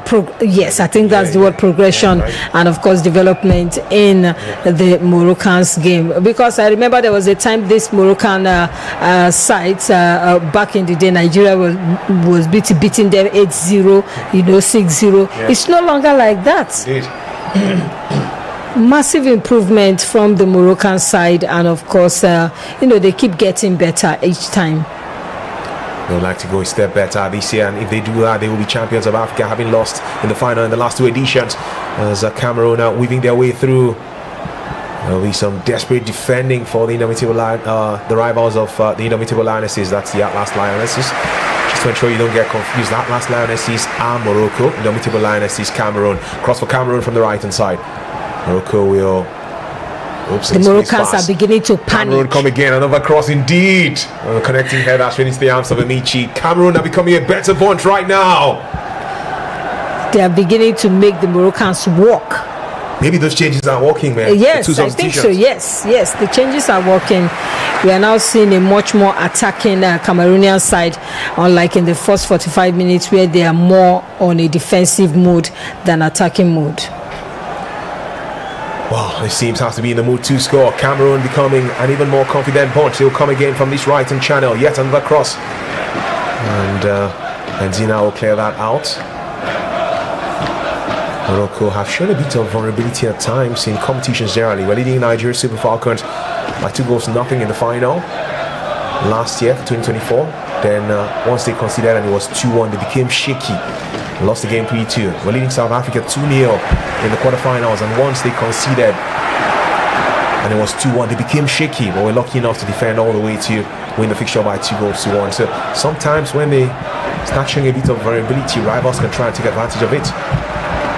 And I think this is the best time for Cameroon to actually take advantage, because the Moroccans is like they're a bit shaky and kind of tired. I don't know why after Coach Hoge, exactly. I don't know why Coach Hogeville is not doing anything about refreshing his legs and all that, but probably because you say, why change a winning team? Maybe there's something he's still expecting from the team before making his changes. Maybe that's something is about to happen now, as they just misplaced the pass, which is something rare. Morocco have started misplacing their passes in the second half. Something that hardly happened in the first 45. Now they could punish Cameroon. A chance for a shot and goal. This will be through pass. That is goalkeeper Bihina. He hits the side netting. And Morocco with Msoudi asking questions again. She's down on the top, may just have a bit of an injury concern, but that's the best attacking move. Why would she be on the floor when she played that particular with all her power and might? Oops. And of course that clash. Tripped on a Cameroonian player while falling, so she fell harder than she would have normally. But the power on that shot was solid, just like hit the side netting. They've practically broken the net. It had gone in. This game is opening up now. We're still craving for the first goal. The first semi-final match gave us 4 goals. 3 for Malawi, 1 for Algeria. This one is yet to give us a goal after an hour of football played officially. 60 minutes. Cameroon could have learned 1 or 2 things from the Senegalese side that drew against Morocco, came out fighting, although I feel there's more to that game that meets the eyes. You know what happened in January? Rivalry between so I felt that rivalry, that anger is like everybody was just like, okay, we'll see where this takes us. And of course, Senegal actually played Morocco as in front of their home crowd, in front of their people. They played them to the end of 90 minutes, and of course they got a draw from that game. And their goalkeeper Aji was in fantastic form in that. I think she was the woman of the match in that game. Saved and of course twice. exactly saved And maybe Cameroon could have learned one or two things from the Senegalese on how to play this Moroccan side. But then in this second 45 minutes, we've seen more efforts from the Camerooners, although in terms of ball possession, they are still lagging behind, but at least we've seen a massive improvement in their game going forward. 8 shots on goal for Morocco, 2 for Cameroon. And as Jovita was mentioning about possession stats, we're just about 64% for Morocco, 36 for Cameroon, which is better than the first half. That was mostly 68-32. At least there's a bit of extra impetus from Morocco. From Cameroon now, still holding on to the ball a bit more than they did in the first half. Morocco would have the ball right now on the near side. It's the left-hand side of attack, chasing this one desperately. Msudi wouldn't mind supporting. Cross comes in from that left side. Goalkeeper Bihina fumbles. Oh. And then catches it at the second that was time very of risky. asking. It was. She was lucky there was nobody so close. Because she's very confident in her abilities, and of course we've seen it countless times in this game today, coming out, being able to hold on to her ball, losing it, and of course losing her grip on the ball, and still going forward to make sure that it doesn't fall into the legs of the Moroccans. That one shows you the level of confidence that with each game she plays in, the confidence level is growing, and we've seen it here again today. We're still waiting to see a goal in this fixture. Has not come our way yet. David Martinez, okay to have you join us. Thank you so much for sharing your thoughts as well too. We have vivxsports. You'll see us very often if you subscribe to our channel. So every time there's something big to talk about as far as African sports is concerned, you can rest assured that we have you covered. So please click on that subscribe button and support our coverage. Thank you so much. Cameroon coming forward from the left side of play again. Morocco have 2 players on 1 star. It's that lady who's one of the Mendoa. Yeah, indeed, one of the starters running on from that left side of attack. She was practically missing in the first 45 minutes, but now we're beginning to see her come up front. Shows how much they're growing in confidence, Cameroon. Morocco will have a free kick now in their own half. Msudi was brought down. The referee stops play. The captain of Cameroon really has to be careful. She's already on a yellow card from the first half. Ngok. Any other sanction and she will be sent off. And that, I don't think, would be with the way they are currently playing.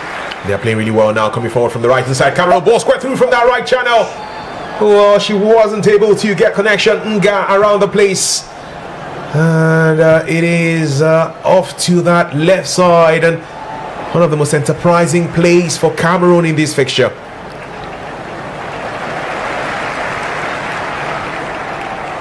Just watching that again. Eto with that beautiful cross. Another change. Eto out. Coming on is Abam. Shidebam. Coach Valentin, I think with the changes so far that she had made in this encounter, we've seen, things beginning to turn around for Cameroon, and now she's making another change again. So definitely she wants to go all out for this one, and of course see where it takes them. Cameroon have made 3 substitutions. Morocco are yet to make any. Coach Viola perhaps thinks that his best team is the squad on the pitch, and he doesn't want to touch it, not for now, at least after 65 minutes. Still Morocco nil, Cameroon nil. Morocco's success against Ghana in the semi-final stage of the last Wafcon. Happened around the same time Nigeria got victory over South Africa in the other semi-final fixture before the 2 sides met in the grand finale, and the Super Falcons won that there. Now Morocco are the ones who want to get there again and win this time around, as they have a cross from the right hand side. And Rawi is trying her best here, but that head out has straight into the arms of goalkeeper Bihina of Cameroon. Israel has been working so hard so far in this game, and of course maybe her efforts will pay off at the end of the day. But then so far, although that particular header was very weak, it was a very weak header, but at least she's been very, very instrumental in the attack of Morocco so far. Finally, we're going to see the changes for Morocco. Finally. And there will be a plenty. Giraidi is one of those taken off. Coming on for her is Saud. And Saud just goes to Rawi and tells her something the coach sent her to tell her. Nakash is also off. And we have taking Nakash's place, Badri. The 3 changes made by Cameroon, 2 by Morocco. The scoreline still even Stevens 0-0. We're waiting, big time, waiting for a moment of magic from either of these sides. Not too sure when that will come to pass. But we're still here for you on vivxsports. Benzina, long ball for Morocco. Nice, Moroccan player who's down, and they will get a free kick. It's the lady who's been going with the overlapping runs all night, Redoni. She was swept off the top and took her time before falling. I want to see if there was a couple of tackles. Next one, this one shouldn't be. Could have been the first one as a free kick, not the second. Second one was clearance from a Cameroonian player, exactly. And it's a ball. Okay, they gave the first free kick. It was the first tackle, the first free kick. A first tackle that led to the free kick and not the second one. The second one was quite clean. So Morocco will have Saud, who just came onto the pitch, taking this free kick for them from the left-hand side of attack. Saud launches the ball with her right foot as an in-swing gap across, headed out by Cameroon. Morocco still have the aerial opportunity for an attempt, and they go straight to the chest of goalkeeper Bihina, who will take her time before launching this one forward. This game has not given us a goal. This game, I'm suspecting this game.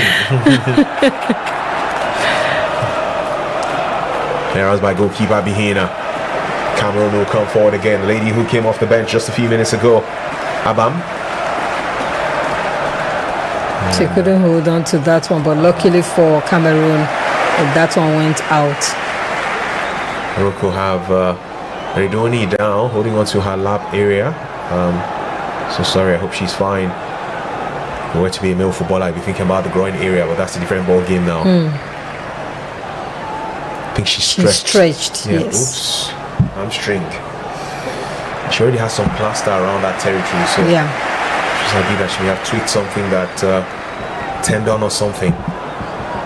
Scary moment that one is for Morocco. She had a fantastic game so far in this encounter.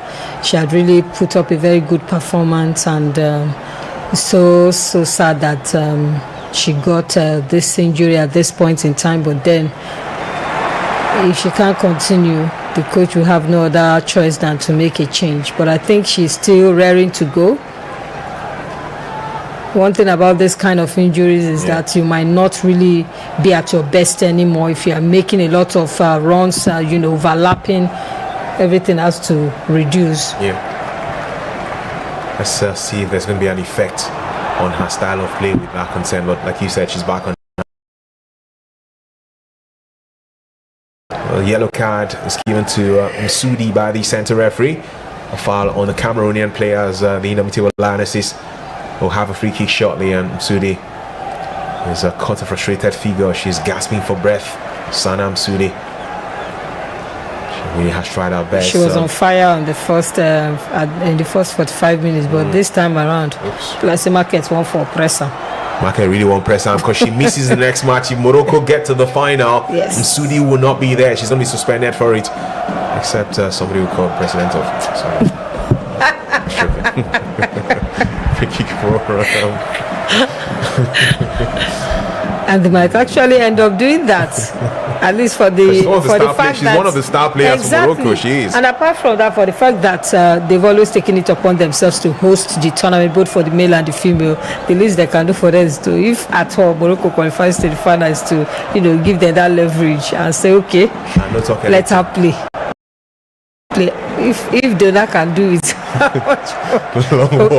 forgot. It's not Infantino that is in charge of CAF. Shots from wide, the deflection. Just when I thought it was going to fall towards the path of Cameroon's attacking options. Morocco will be grateful they got that one stopped, but Cameroon is still launching forward again. Abam is hoping to get this pass. The ball will be squared through to Abam. She just couldn't get the connection she wanted for Cameroon.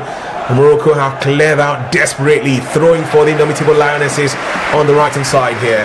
You know, all the crosses, nobody to tap it in, nobody to put it in. I hope this will not come back to bite Cameroon at the end of the day, because we've seen like 2-3 crosses that they've made, especially from the right flank, and of course nobody has been able to, you know, tap it in or convert that or a begging chance. And I hope it will not come back to bite them at the end of the day.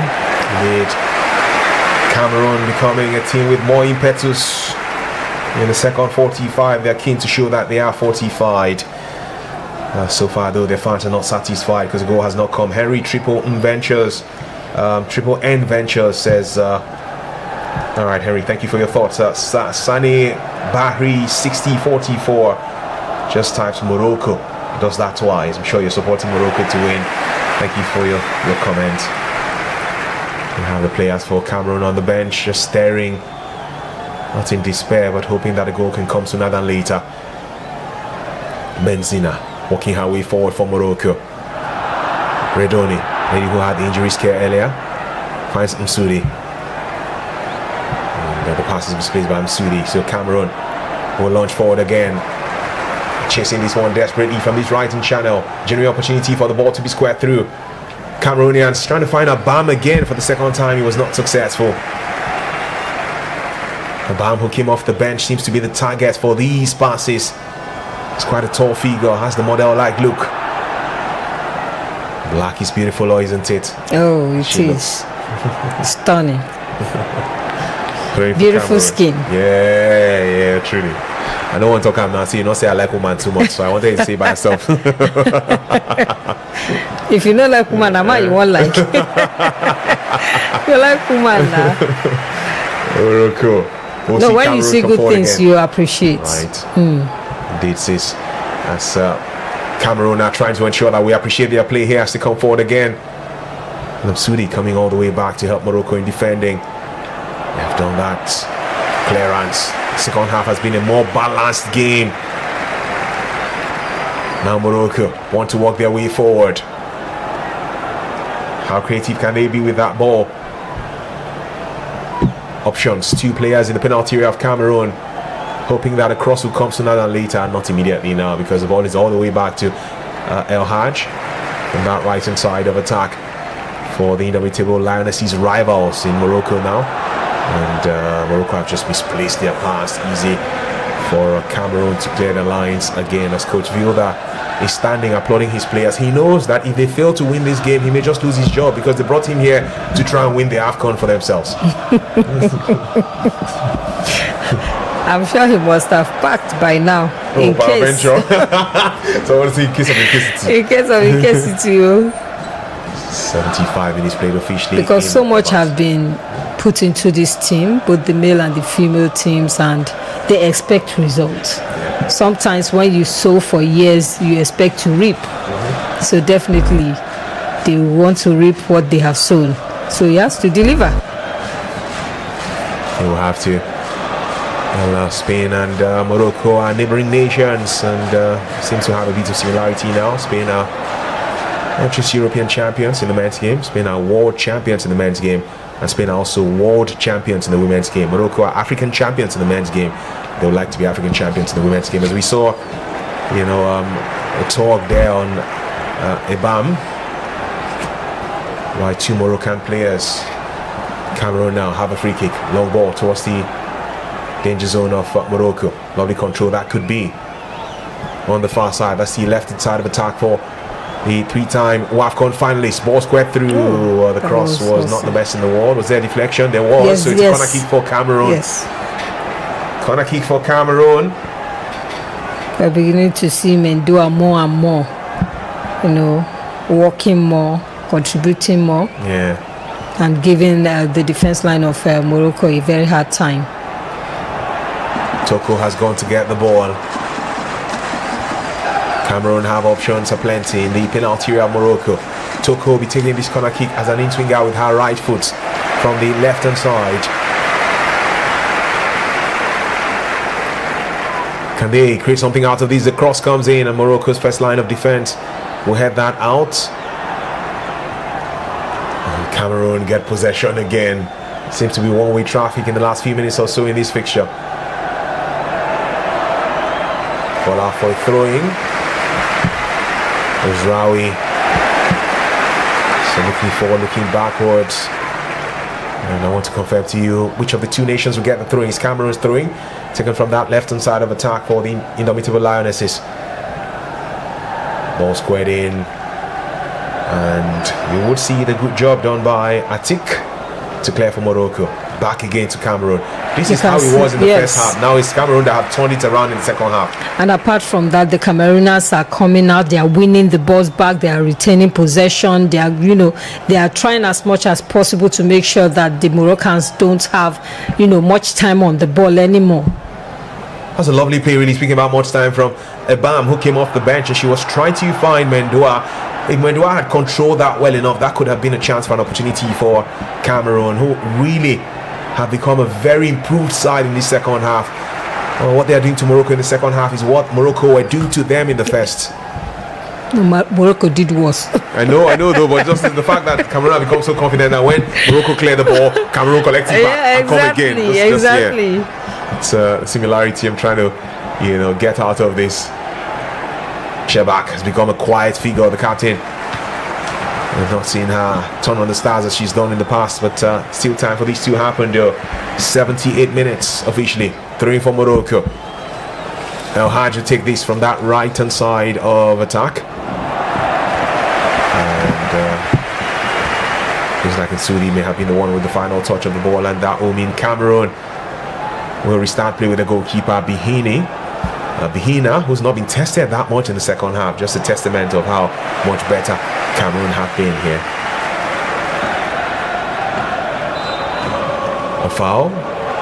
Free kick for Cameroon from that left hand side of defending. I don't know what Coach Valentin Ngwele might have told the girls, but they are actually playing to instructions, piling on the pressure on Morocco. And for the fact that she was even managing a local club side back in Cameroon and being given this opportunity to manage the national team of Cameroon. And she has done a tremendous job with the girls because everything about their game have changed, and of course we see a totally different side, and she's transforming the national team, and I believe they are going places. Who knows what they can do or what they will do at the World Cup in Brazil come 2027. And at least her appointment reflects that Cameroon have more confidence in homegrown coaches, and I think that's something we also need to do right here as well. We've seen Madugu do wonders with the Super Falcons, although they can still, help him out by, sending him on courses, improving his coaching credentials and all that.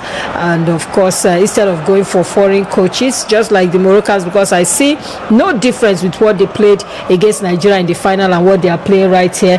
First 45 minutes, they were all fire and brimstone, and this second 45 minutes is as if fire don't quench.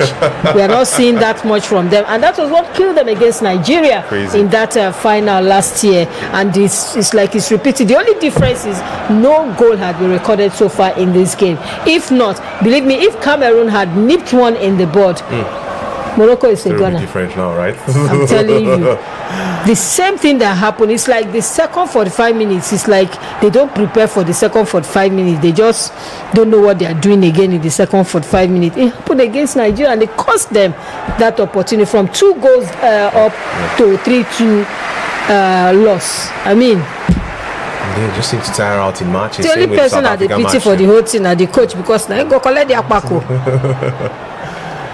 Morocco set to host the on the 17th Africa Cup of Nations next year, so we see another change for them right now. And this will be their 3rd substitution in the fixture. They could be asking for more as Captain Chebak is taken off. He's had a quiet second half by her high standards of the past, and Tagnot, as you heard Jabita say, has come on for them now. The Moroccans are tired. You can feel it. They are no longer going for all the balls anymore. And these are giving Cameroon the opportunity. But they are not using it. So many crosses and yet no goal. Goalkeeper Michi gets the ball again. 6 attempts on goal for Morocco. 6 corner kicks for Morocco, I should say. 2 corner kicks for Cameroon. And for Fatima Tagnot, who's coming, she plays for Farabat Women in Morocco, 27 years of age. And she's a much younger lady compared to Chebak, who's 35, who she came in to replace. So maybe that could add some more pace to the attacking verve of Morocco in the final 10 minutes of the game or less. We have just about 7 more minutes of normal time to come. Now whatever time the assistant, the fourth official and the center referee decide to add in this. Captain of Cameroon fouled there. And so Cameroon will have a free kick. It was Ngok who was stopped while she was trying to go forward. Free kick for the Central Africans. Closer to the throwing sport than anywhere else on the pitch, towards the left hand side of attack for Cameroon. Toko, she's the lady for the set pieces for them, and she will take this one too. Decides to take each shot to one of the centre backs. Keep around the place. They take it to Yokana now on the right hand side. This match looks like one that could go beyond 90 minutes into extra time. The two teams not showing enough signs as to gilt-edged chances for a goal. But in the last 10 minutes, Cameroon looked more likely to score if any is going to score. Like you said, it's looking like it might end in a goalless draw in this regular time, because it's already 84 minutes on the clock, and we are yet to see either side, although the moves have been there, but then the finishing had been. But there could be a finishing now for poor. Cameroon. Which finishing? Which finishing? I see nothing. You see something. So definitely it might just end 0-0 in regular time, and probably we might see some, extra time being played here this night, and even with the extra time, probably we might see penalties at the end of the day. But hopefully it ends in this regular time. Indeed. 84 minutes. Cameroon could make it happen now. Oh boy. Across from the left hand side. And Ibam could not get to it. Went into the arms of goalkeeper Emichi. Morocco have been second fiddle in the last set of minutes in this fixture. They need some motivation, maybe from the fans in the stands. Cameroon asking a few questions now, and they will get thought it was going to be a free kick for Cameroon, but the referee says play on. Morocco now come forward. Well, opportunity for the North Africans from this left-hand channel. That was too short, timed wrong. Clearance for the Indomitable Lionesses. They are now the ones who are running forward more often than not. 85 minutes played in Rabat. Morocco nil, Cameroon nil. Second semi-final fixture of Wafcon 2026. The winner of this one has Malawi waiting for them in the final for Sunday. Throwing for Cameroon. Keep your thoughts pouring in, by the way. I'll be going back to the comment section to read more of your comments in a bit, as vivxsports gives you this lovely watch-along experience. Please don't forget to subscribe to our channel and keep enjoying the best of African sports. Every time there's live action. Benzina with the ball for Morocco. Her centre-back partner also been holding on consistently at tick. Haj now has the captain's armband from that right-hand side of defending, and helps to support the attacking cast that has Msudi forward from that territory.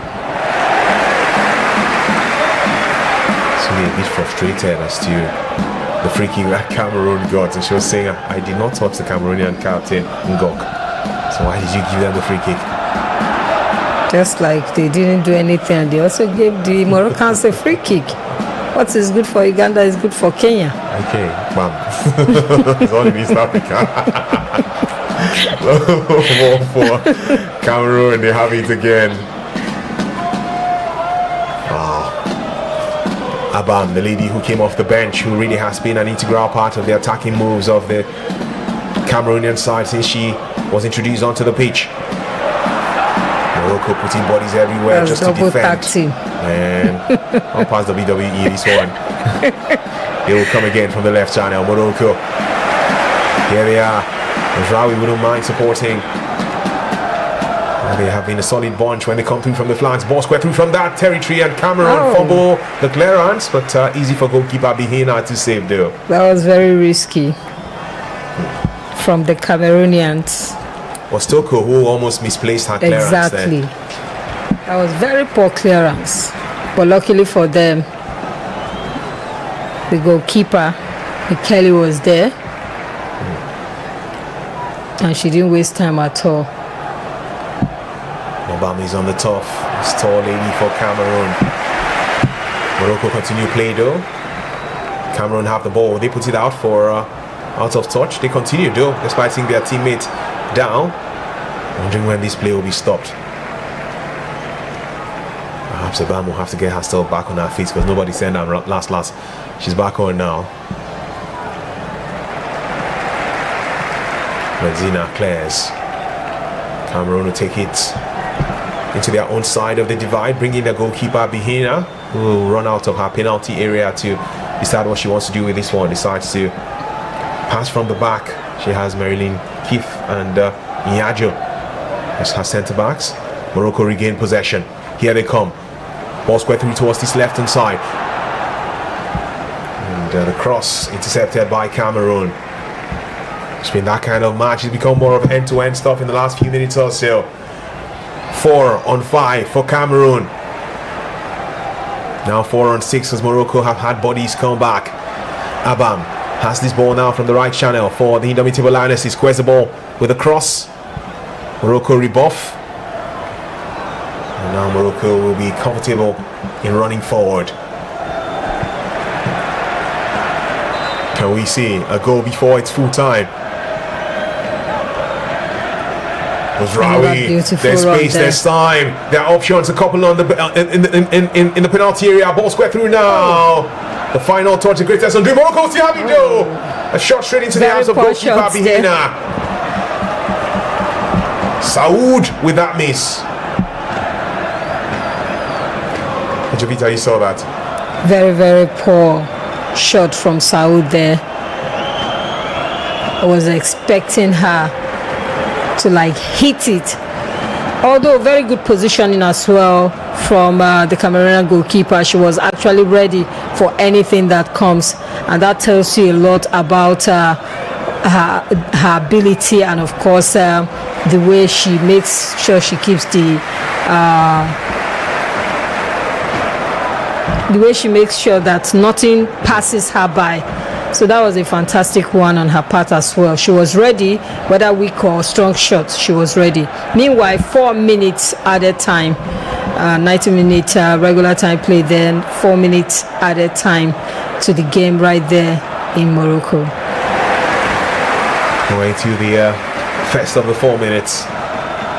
Can we see a goal at the end? Or would it be a fixture that will have to go into extra time? Interesting. The resilience of Cameroon. Too difficult for Morocco to break for a side who beat all and sundry, barring Senegal, to reach this stage. This one seems to be a tough ask for them, but they do have Uzraoui, who's gone past 3. Uzraoui still running forward. Uzraoui beats another marker. Lovely play. One touch too many maybe, and she's overcrowded, but still has the ball with her teammate. So Morocco launched across through a connecting header, and is after a goal kick for Cameroon. Sudi on the top now. That was a free header. Too many, man. That was a free header. She was all alone. Nobody was marking her. She had no man on her. I mean, no woman on her. Nobody near her. She was all free, and yet should have done better. Yeah, Sudi should have done better there. Should have done better. Exactly. She just mistimed her. She had all the time in the world to take that one. Maybe her positioning or maybe the way she stood at that particular point in time was not convenient for her, and she couldn't get the header straight or right. Long clearance by goalkeeper Bihina for Cameroon. Morocco are finishing this one on the high. Here they come again from the left-hand side of attack. The substitutes becoming a galvanizing factor to what they are offering here. Another long ball. That one from Redoni. Headed out by Cameroon. The Central Africans. We'll see Atik clear for Morocco. Cameroon trying to find a ball. Morocco caught again. Indeed, just cleared out Morocco. One more time from his left-hand channel, twisting and turning. Interesting seeing what the substitute is. Tagnut really has been an improved yes, bunch. Exactly. Just a couple of minutes in, and she has really made a huge impact on the attack of Morocco. We see them pushing forward more like the last few minutes where they failed to move and of course find their way to the 18-yard box of Cameroon. Now with her coming in, we've been able to see in the last few minutes the ability of Morocco to have a lovely through ball. This is 1v1. Goalkeeper Bihina comes out in time to stop that one. Did not take before chances. Uzraoui could get to it. She didn't want to now take it's any Morocco's chances. turn with Ebam. Ebam forward with the shots. Lasted about the goalpost of Amici. Oh boy. Close shaves for the two sides in the final minutes of this regulation time. Looks like it's extra time we will have to prep our minds for. Just maybe the Cameroonian bench were on their feet, thinking this is it. Whoa. Goalkeeper Amici set to launch the clearance for Morocco. The 4 minutes have elapsed. And the central referee signals the end of proceedings in Rabat. There's no victor, no victim so far. In the match that was dominated in the first half by Morocco, Cameroon became an improved bunch in the second 45. Introduction of the Ibam made them have attempts. And for the two sides, with Morocco finishing the 90 on the high, getting Tagnut and Msudi trying to create something for themselves with Uzraoui. Two goalkeepers have still stood solid. Amici for Morocco and Bihina for Cameroon. So full time, no goal to report to you. It's Morocco nil, Cameroon nil in Rabat. It's going to be extra time next up. Stay with us, we'll be back shortly.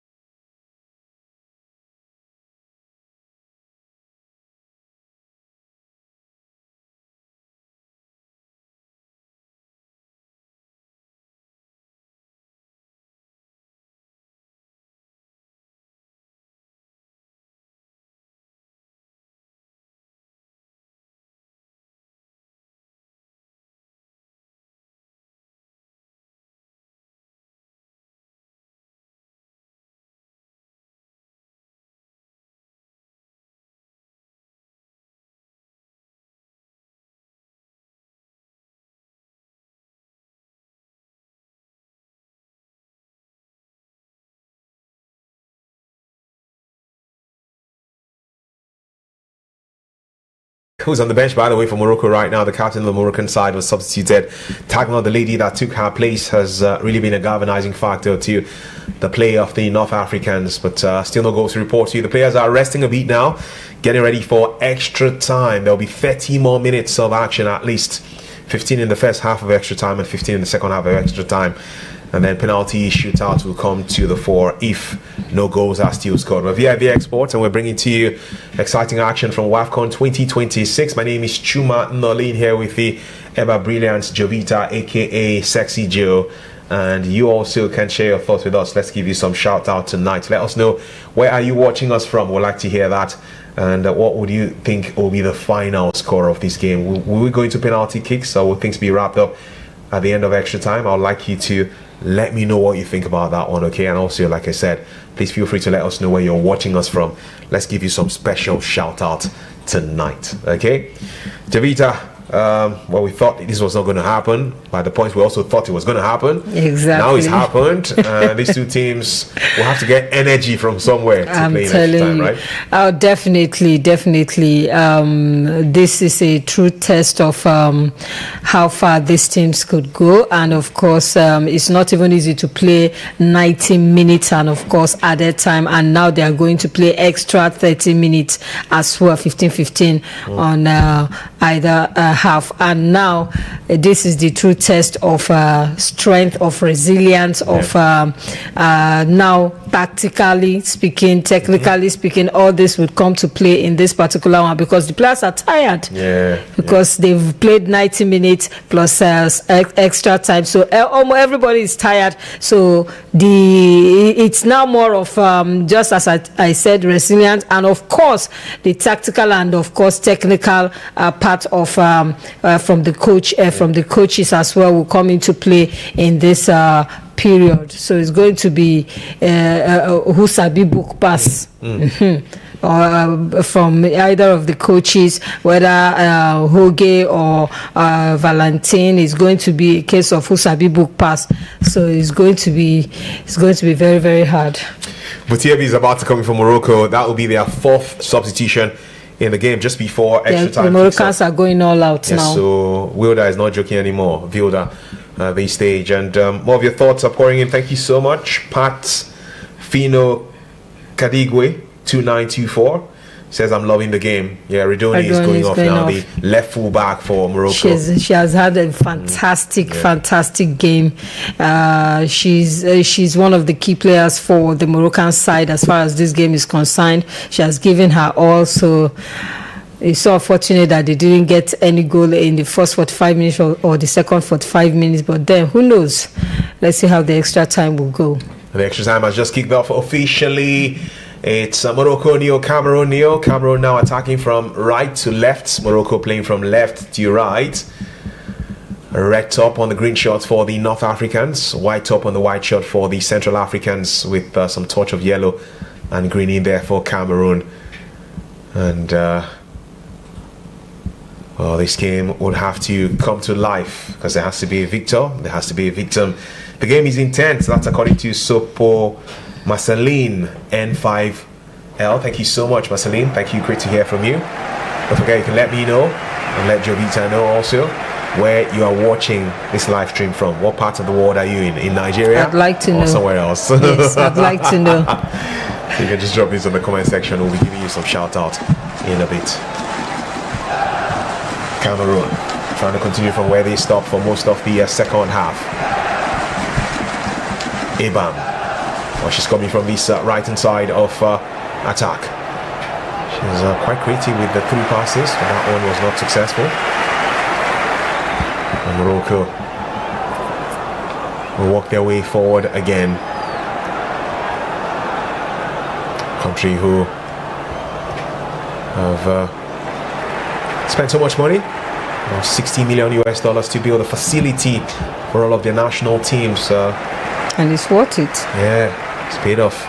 They are world champions in under 20 football for the men. They're under 20 world champions right now. On paper, they are African champions in the men's game right now. The women also want to become African champions. They were quarterfinalists in the World Cup in US, Mexico and Canada, the best performing African nation there. So it's a holistic success story for Morocco. Because they invested in football, because they developed, they make sure they put everything to the development of football, and now it is paying off, not just in the main team, but in the female team and also the age grade teams as well. Yeah. So this is something that, other African countries can also learn from. They've invested, because there was a time everybody was practically beating Morocco in everything, especially in football. Their women were not doing that good. I think their first African Women Cup of Nations was in 1998. I think this will be their fourth time. Because they had like 6 goals against Nigeria in that competition in 19, exactly. Like 5-0 or 6-0 or something like that against Nigeria then. Now this is their fourth time in this competition, and you can see the difference from the time they lost against South Africa to the time they lost against Nigeria, and now this one. That shows you the gradual progression of these teams, of this Moroccan side, and that is a very huge lesson for the rest to the rest of Africa. Yeah, now Cameroon could teach them a lesson if they take advantage of this free kick. Cameroon with a free kick from the right hand side. 13 steps forward, 100 steps backward. It's affecting our football. Our football is not growing. Our football is redundant. It's just there. It's not growing. When you make Jovita start speaking grammar, you know there's problem somewhere. That's my brother. That's stressing her. Sorry, my sister. Cameroon's captain is down. Unfortunately, she's been a very resilient lady. Her tussle with Msudi, and both of them are on yellow cards, so they really have to be careful. Ngok of Cameroon on a yellow card, and Msudi of Morocco on a yellow card. Sure, they wouldn't want to be sent off in this fixture. So. But then you got to commend the captain of Cameroon for, caging Msudi, not allowing her to operate the way she did in the first 45 minutes, because she had free reign to operate and of course push forward. But this time around, she made sure that she kept her on her toes, and she did not allow her to operate freely as she did in the first 45 minutes. And that is why they both have yellow cards. Yeah. Ngok. I no go agree. Telling you, man, serious battle. Veronica Ngok is quite a young lady, just 21 years of age. Is respected enough to be the captain. And that's one thing working for the Cameroonians as well. The youthfulness of the side. You see 21, 2019, their goalkeeper is 22. So they have time to dominate African football if they keep building, apparently. Yes, definitely. On the side of yes. Well, Morocco have a throw-in. On the near side here, that's the right-hand side of attack. The ball rolls out for now a throw-in for Cameroon, which is the left side of defending for the Central Africans. Throwing taken quickly. So transfer clearance by Yakana. Goes towards the path of Benzina. Benzina always outstanding. Yeah. She enjoys bringing Atik into the mix too. Long ball by Atik. Cameroon do have a chance to clear this one out from the right hand side of defending. After a throwing for Morocco, it was again Yakana doing her job there.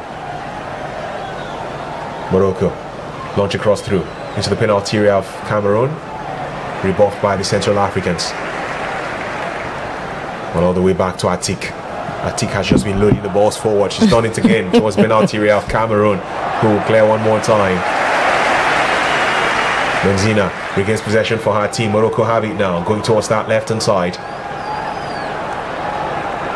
Maybe the long balls are not working for them. They need to think of other ideas. Now they have a throw-in. Morocco, that is. On the near side, El Haj, the lady who's now with the captain's armband, has had 4 assists in this competition, and there's some cause for concern. A player for Cameroon is in serious pain. Her left foot, she fell just by herself, and that's Nyajo, the lady who scored against Nigeria. He had muzzle pull or something. I think so. Just her left foot, and they've had to come. Medical team have had to come with the stretcher. She has a teammate helping her out. Oh my. Massive kudos to the Cameroonian coach. I think she has done a fantastic. I still keep heaping that praise on her. She has done a fantastic job with this team, and playing against this a homegrown coach, playing against an experienced coach that won the World Cup with Spain in 2023, and holding her own against him. I think she deserves a lot of commendations for her wonderful work with the team. She formerly coached, I think, Ebolowa, a team in Cameroon, and she had like 4 of her players in this Cameroonian side as well. Maybe that is why they were able to gel together. Very impressive. And Cameroon are playing with a woman down now because Yajo has been threatened off. A change has not been made yet. And we have fans of Cameroon who are dropping their comments on the stream. God of Cameroon, help. That's what Salamitum 8405 says. Muffy 9252 says up Cameroon, and gives us the fire and 100% emoji. Cameroon having supporters. Morocco now squaring the ball through from that right hand side, straight into the arms of goalkeeper Bihina of Cameroon. Maybe it's the best thing for this game to go into penalty kicks. Since the 2 goalkeepers are fire. Oh yeah, now shine. Let us see who now save. If you get my point, maybe. Since they're the ones scoring open play. Clearance by Morocco. One thing is certain: if the game continues like this, either this side that gets into the final will be going in there with the best defensive record in the Wafcon.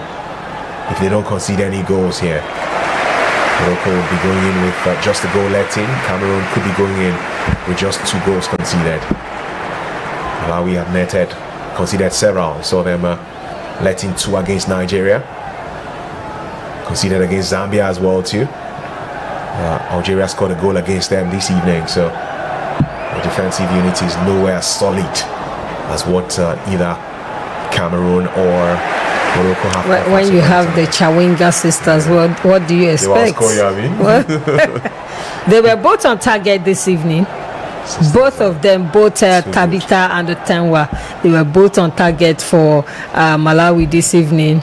And I mean, when you have those 2 sisters that redefined the whole team, and of course, they are doing well in their respective club sides, and now they're also doing well in the national team, holding it together. So definitely, if they win the Cameroon now with a lovely control, that could have been, but maybe not a lovely control eventually, as that makes it easier for goalkeeper Michi to get to that. Was a through ball in the air, and the turn looked nice, but just in time, Morocco were able to recover in defending, and goalkeeper Michi got to that. I think that was their best chance so far in this first 15 minutes of extra time. And that one from Manga there. She failed to capitalize on that opportunity. I hope she wouldn't, look back and say, "Oh, had I known." You have done better with it. Morocco have to defend this. Abam cannot get to that ball for sure, and he'll be all the way out for a goal kick for Morocco. 10 minutes into the first half of extra time. 5 more minutes to go. Atik, Benzina, Atik again. The 2 centre backs just playing around with the ball. Now we goalkeeper Emichi for Morocco. The team attacking from left to right. Benzina again to Atik. Maybe they have so much confidence in their goalkeeper that if it comes to penalty shootout, he's equal to the task. All right. Well, now they are equal to the task of wanting to even score before penalties, and they will get a corner kick. Corner kick for Morocco, this is. As Rawi rolls the ball through for a teammate who will be set to launch this set piece. As we see some beautiful ladies in the stand just having a conversation. The men are also talking to Tagnot. Came in for Chebak. Tagnot will be taking this corner kick with her left foot as an in-swing across. Is what Chebak, the captain, used to do. She was a corner kick taker. Tagnot, who took her place, is just having to continue from where 35-year-old stopped. The officiating so far has been fantastic. The lady from Togo has everything under control. No controversy so far. Everything is on point, the right calls, everything is going the way it should go, and I think that is one of the things that made this semi-final very, very beautiful to watch. It's not as if she's robbing Peter to pay Paul. Yeah, where people will say perhaps you're exactly trying to give Morocco the advantage exactly because they are the home side. No, everything, she's doing everything according to the book, according to the rules of the game. She's not going outside of it. Impressive stuff. I think women should be given more games to officiate in, bam. Maybe.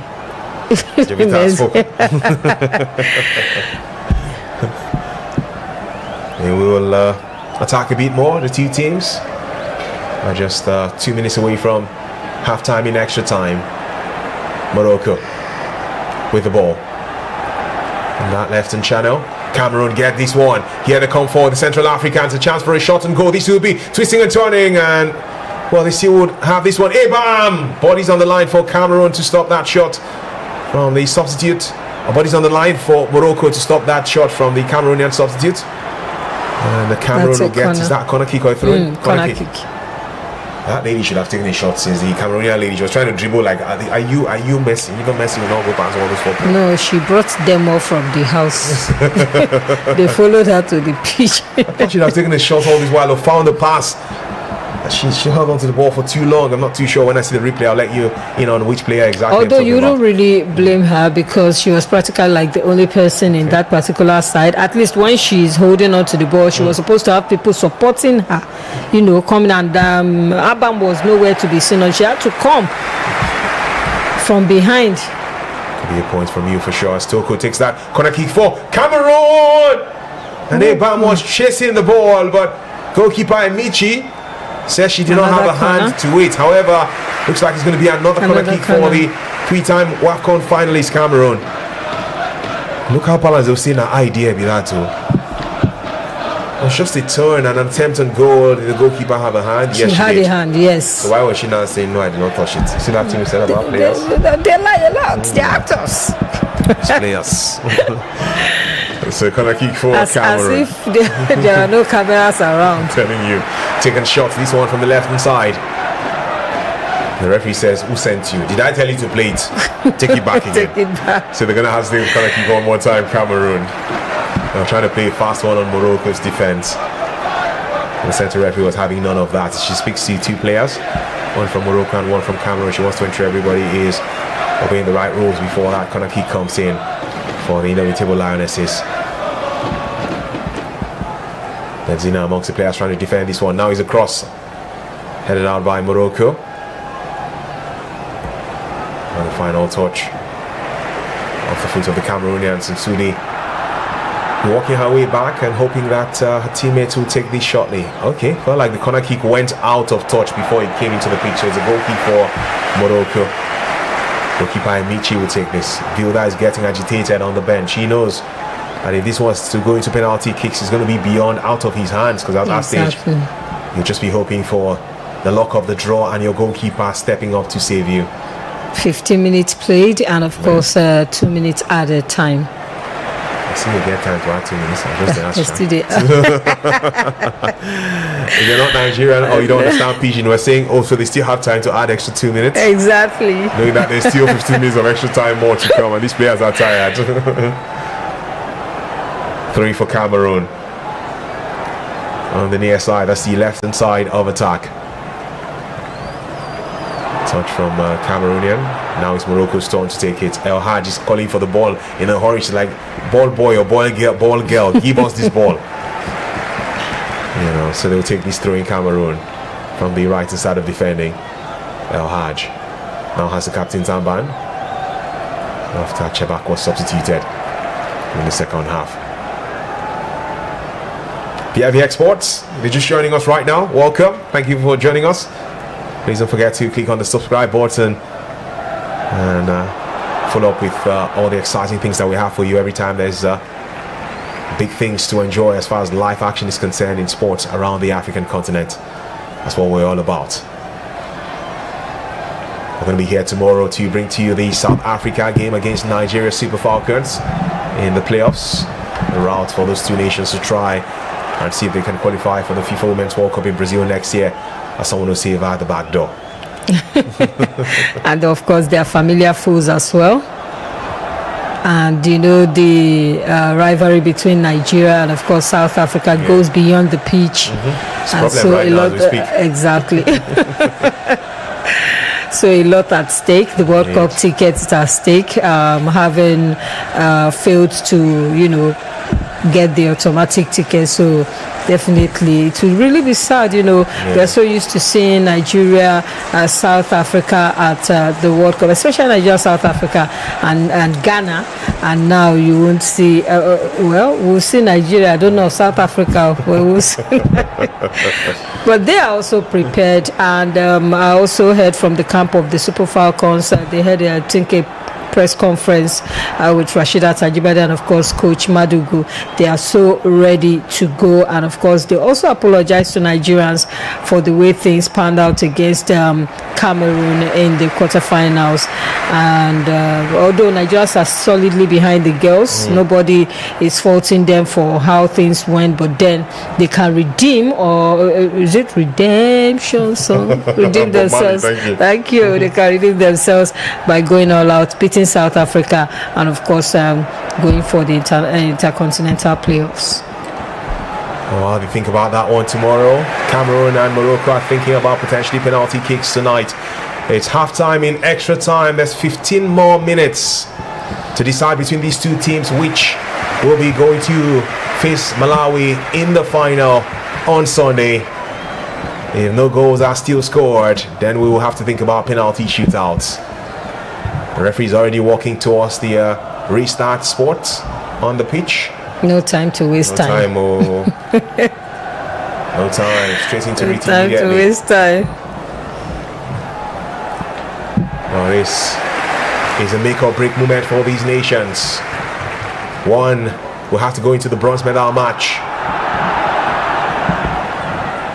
One. No matter who wins, more or less they have nothing to lose. They have the World Cup ticket. Automatic World Cup ticket. Nobody can take that away from them. $2 million. And that's Even though the $2 million And the prize money for the winner. the trophy and the name of a champion. Yeah. It's true. $2 million, by the way, Nigerian currency. But somebody must win. Somebody has to win. Somebody have to win this night. There's no two ways about it, either by hook or crook. Somebody. It must happen. It must happen. No, it must happen. So, second half of extra time is on the way in Rabat. Morocco nil, Cameroon nil.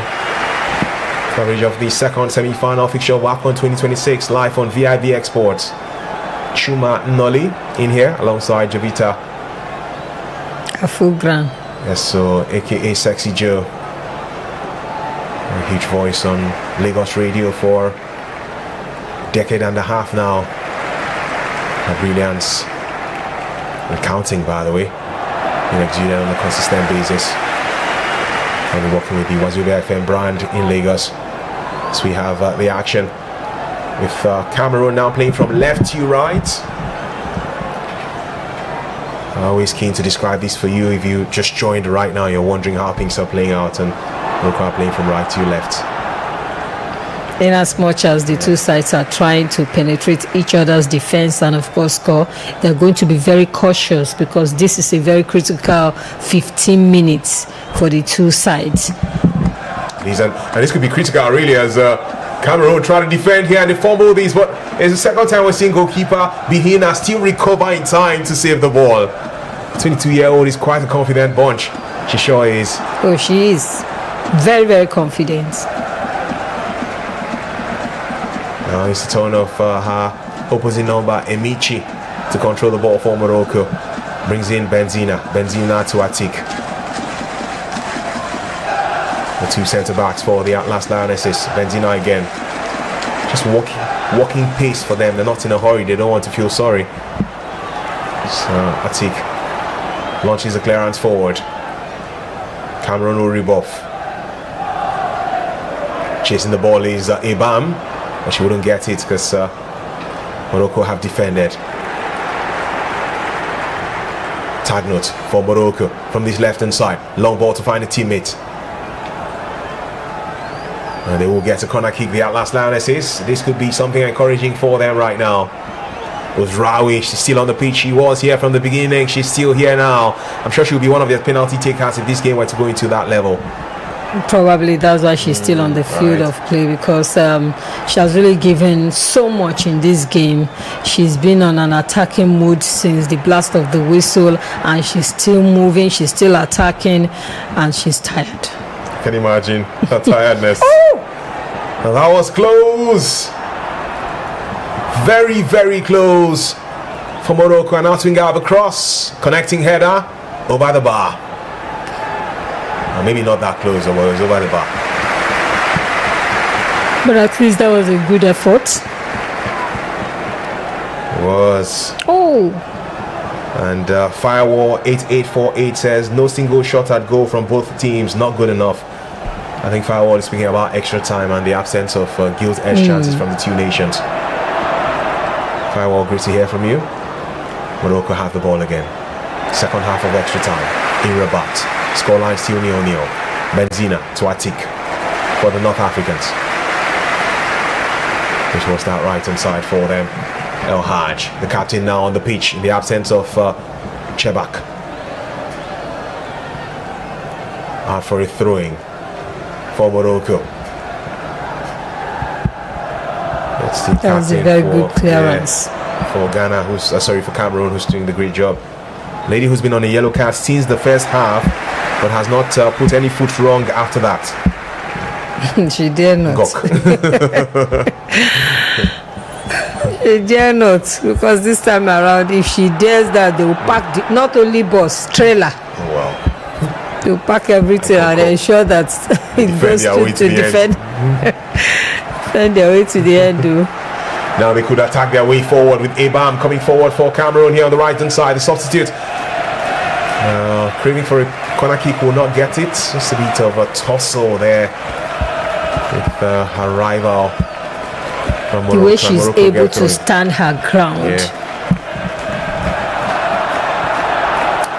It is Morocco who take that throwing. Reminds me of Uche Nakano.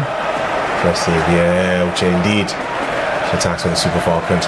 Well, this is now again Morocco launching forward, twisting and turning, searching for space for a pass. Cameroon will defend well enough again. The referee says play on. Ball back to goalkeeper Emichi of Morocco. Benzina has it. Sent it to Atik.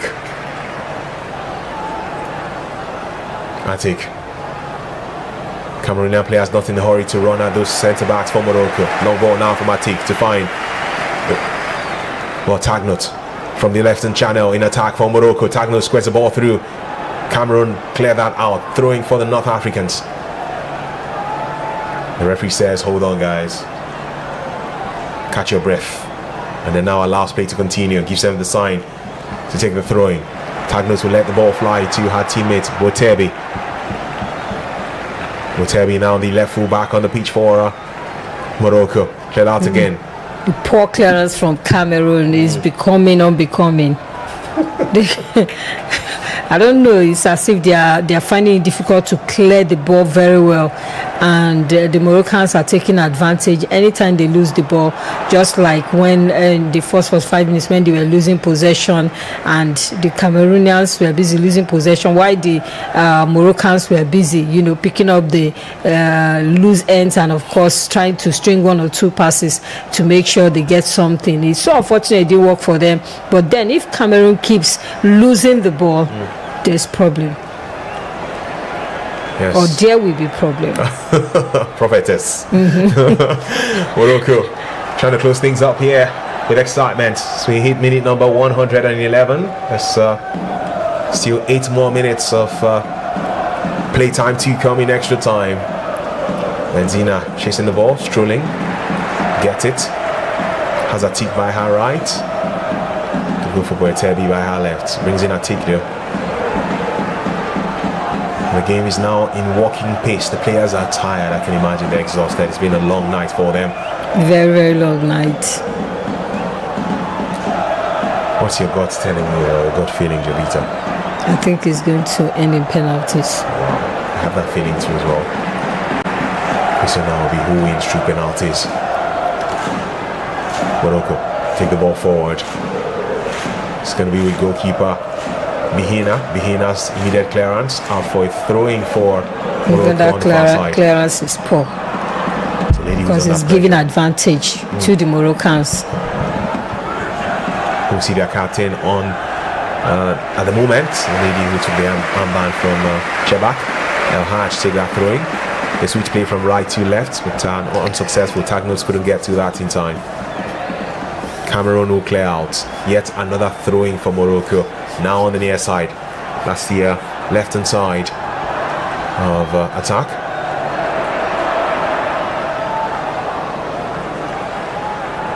Lovely stuff with Uzraoui chasing. But Uzraoui falls in the penalty area, holds on to her face. She's craving for a penalty. The referee would say nothing about it. My dear, stand up. And just wondering if VAR will have any check around that one or not. The referee says hold on, and then says play on. So, but she's bleeding on her lips though. I think the torso. Oops. Oh. There could be a point there. There was an elbow. There was an elbow. Yes. A straight arm from a Cameroonian player on the face of Uzraoui. VAR might actually come into this. VAR might actually come into this. That was an elbow inside the 18-yard box, and it was deliberate. She would say she was trying to shield, but we saw a similar thing with Nigeria's Michelle Alozie against Egypt that led to a penalty for Egypt. You know, you're going to see you were trying to shield their way through, but in the process, your elbow, there's blood on her lip. Yeah. So there could be VAR intervening. There's been no confirmation yet about VAR, but there's some pause in play because this was what caused is this kind of thing that is always causing the problem. Remember Wafcon 2000 Morocco. Okay, so there's now a VAR check. Exactly. It's official. Possible penalty. And this is more likely going to be a penalty for Morocco based on what I think, based on what I saw. I don't know about Jovita though. I saw the same thing you saw. But the referee's telling everybody to calm down. The VAR team will check this one. If they're not too sure, they will call the referee to come forward. She's going to say she was not looking at the player. She was trying to shield the ball. That would be the argument. But like I said, this also happened to Michelle Alozie of Nigeria against Egypt, and Egypt got a penalty in the process. So this is going to be a scary moment for Cameroon. The referee says the VAR screen, she's going to watch it herself. Yeah. The Togolese referee has been one officiating this game devoid of controversy for all of it, but this could just be the true test of her work today. This is. She was chasing the ball, didn't look behind her, but let's see. But she knew there was somebody coming her way. She knew. And she knew the person was in red. And she would say she was trying to do this. But in the process, her elbow got to the mouth of Uzraoui. This is delicate. This is delicate. It could not. It's also possible that it's not a penalty again because of the time in the game, how crucial this time is, and I don't know, man. But the referee will have to decide. That's what she's paid for, not me. I'm not paid. Jovita, are you paid for this as a referee? No. Although, if you look at it, it's not as if it's deliberate, but then let's watch and see what. The screen. She's running onto the pitch. Gives us a VAR sign. It's a penalty. It's a penalty for Morocco, and this could be that moment for them to eventually get a ticket into the final yet again. Jovita, I hope the lady that took it against Senegal, the lady who scored the free kick against Nigeria, who considered that penalty.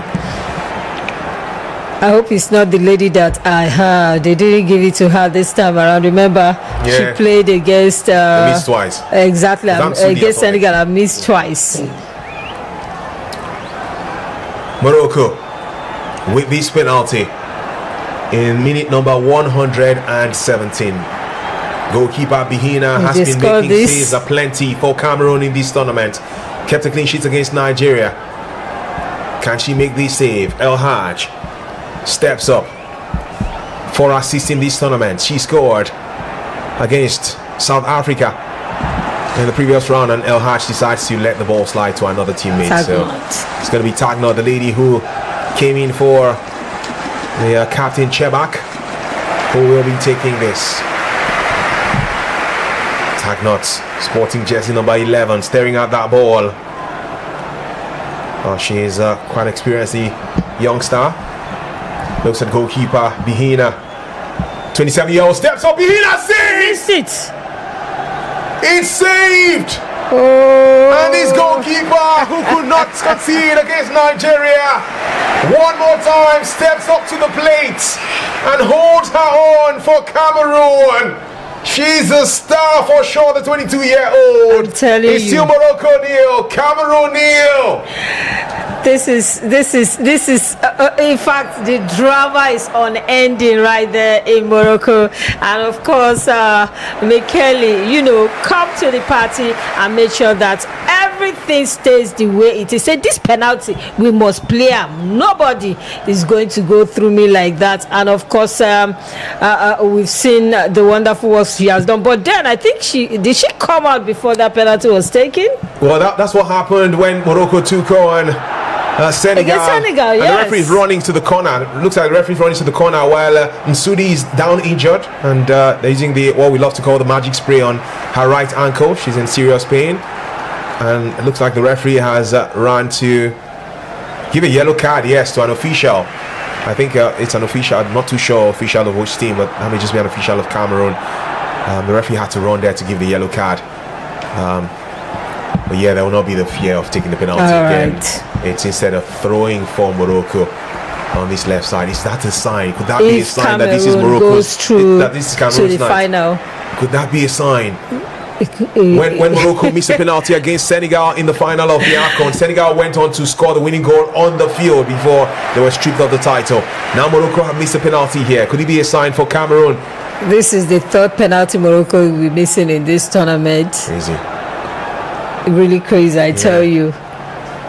I don't know, did they practice penalty taking in training or so? Because for them to they lost against Senegal and now they are losing again against Cameroon. That tells you a lot about their pedigree when it comes to penalty taking. If they don't feel score this one, now when they go play penalty, they go score.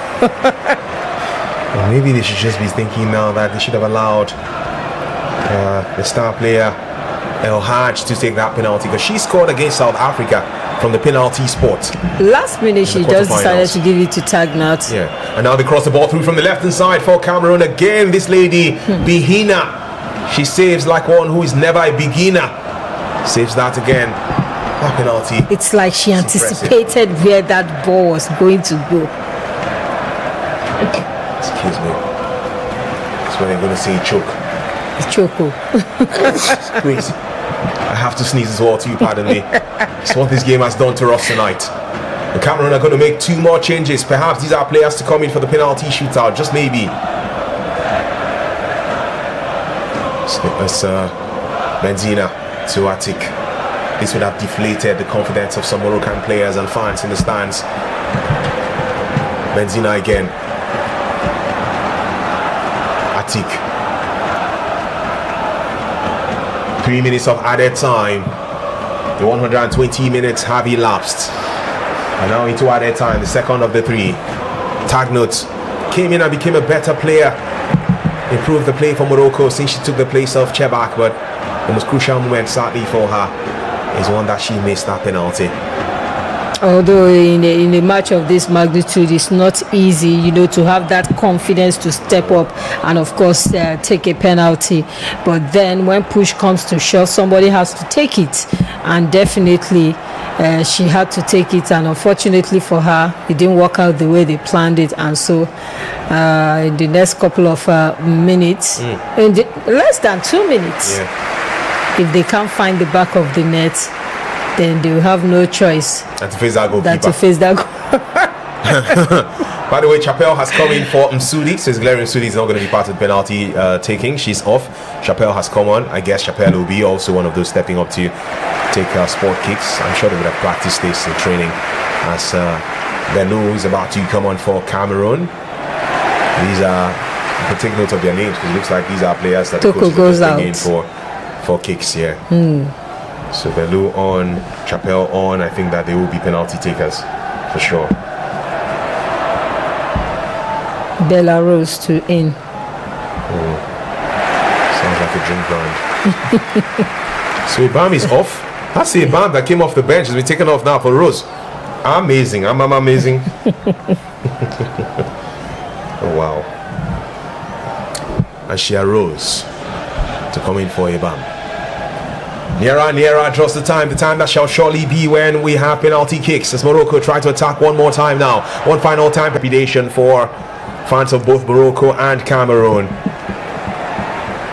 Lovely, nice to have you join us. Which team are you now rooting for? You can drop your comment. I'll be taking some thoughts of yours. Which team do you think between these two will take the win via penalty kicks?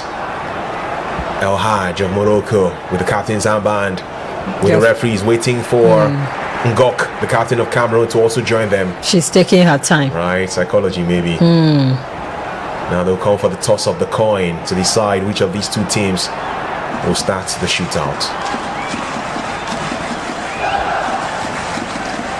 They'll toss the coin. They'll start to do this.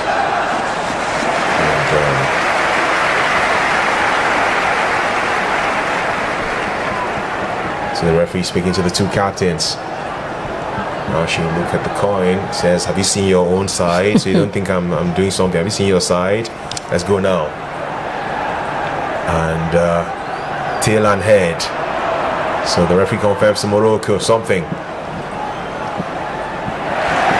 The Togolese referee, I think they should understand themselves. There's French in between all the three countries. Yeah, Togo speaks Morocco French, Togo French. So yes. Should be easy for them to communicate for sure. That's why nobody can gossip anybody on the field of play. You. But if you're playing against it, I just said, pass ball. Can say something. Afana. Can say something in pidgin English, something like that. It's not a must that you must speak English, you speak pidgin. But in this case, everybody speaks French. His goalkeepers are astute. Amici has considered just one goal in this competition in open play. Bihina has considered just 2 goals in this tournament in open play. Now it's penalty kicks. Ngok applauding her Cameroonian fans who came here to support. They've been outnumbered multiple times by the Moroccan fans, but they have ensured that their voice has been heard. So it's going to be Morocco goes first. Apparently, just trying to see what Amichi's trying to do, but she's also going to the goalpost too. At the same time, we're having the goalkeeper for Ghana, for Cameroon. I'm thinking about Ghana, who got knocked out in the quarterfinals, by the way. Okay, the referee speaks to the 2 goalkeepers, but Amichi's walking towards Bihina.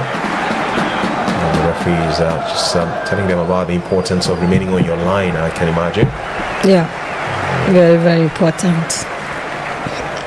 And captain, the lady who perhaps should have taken that penalty in regulation time for Morocco. This time she's leading by example, trying to motivate the team. If I can score it, so can you. Yes, we can. Famous lines of Barack Obama when he was the president of the USA. So it will be a lady who's held her own 4 assists in this competition. Scored from the penalty spot against South Africa in the previous round.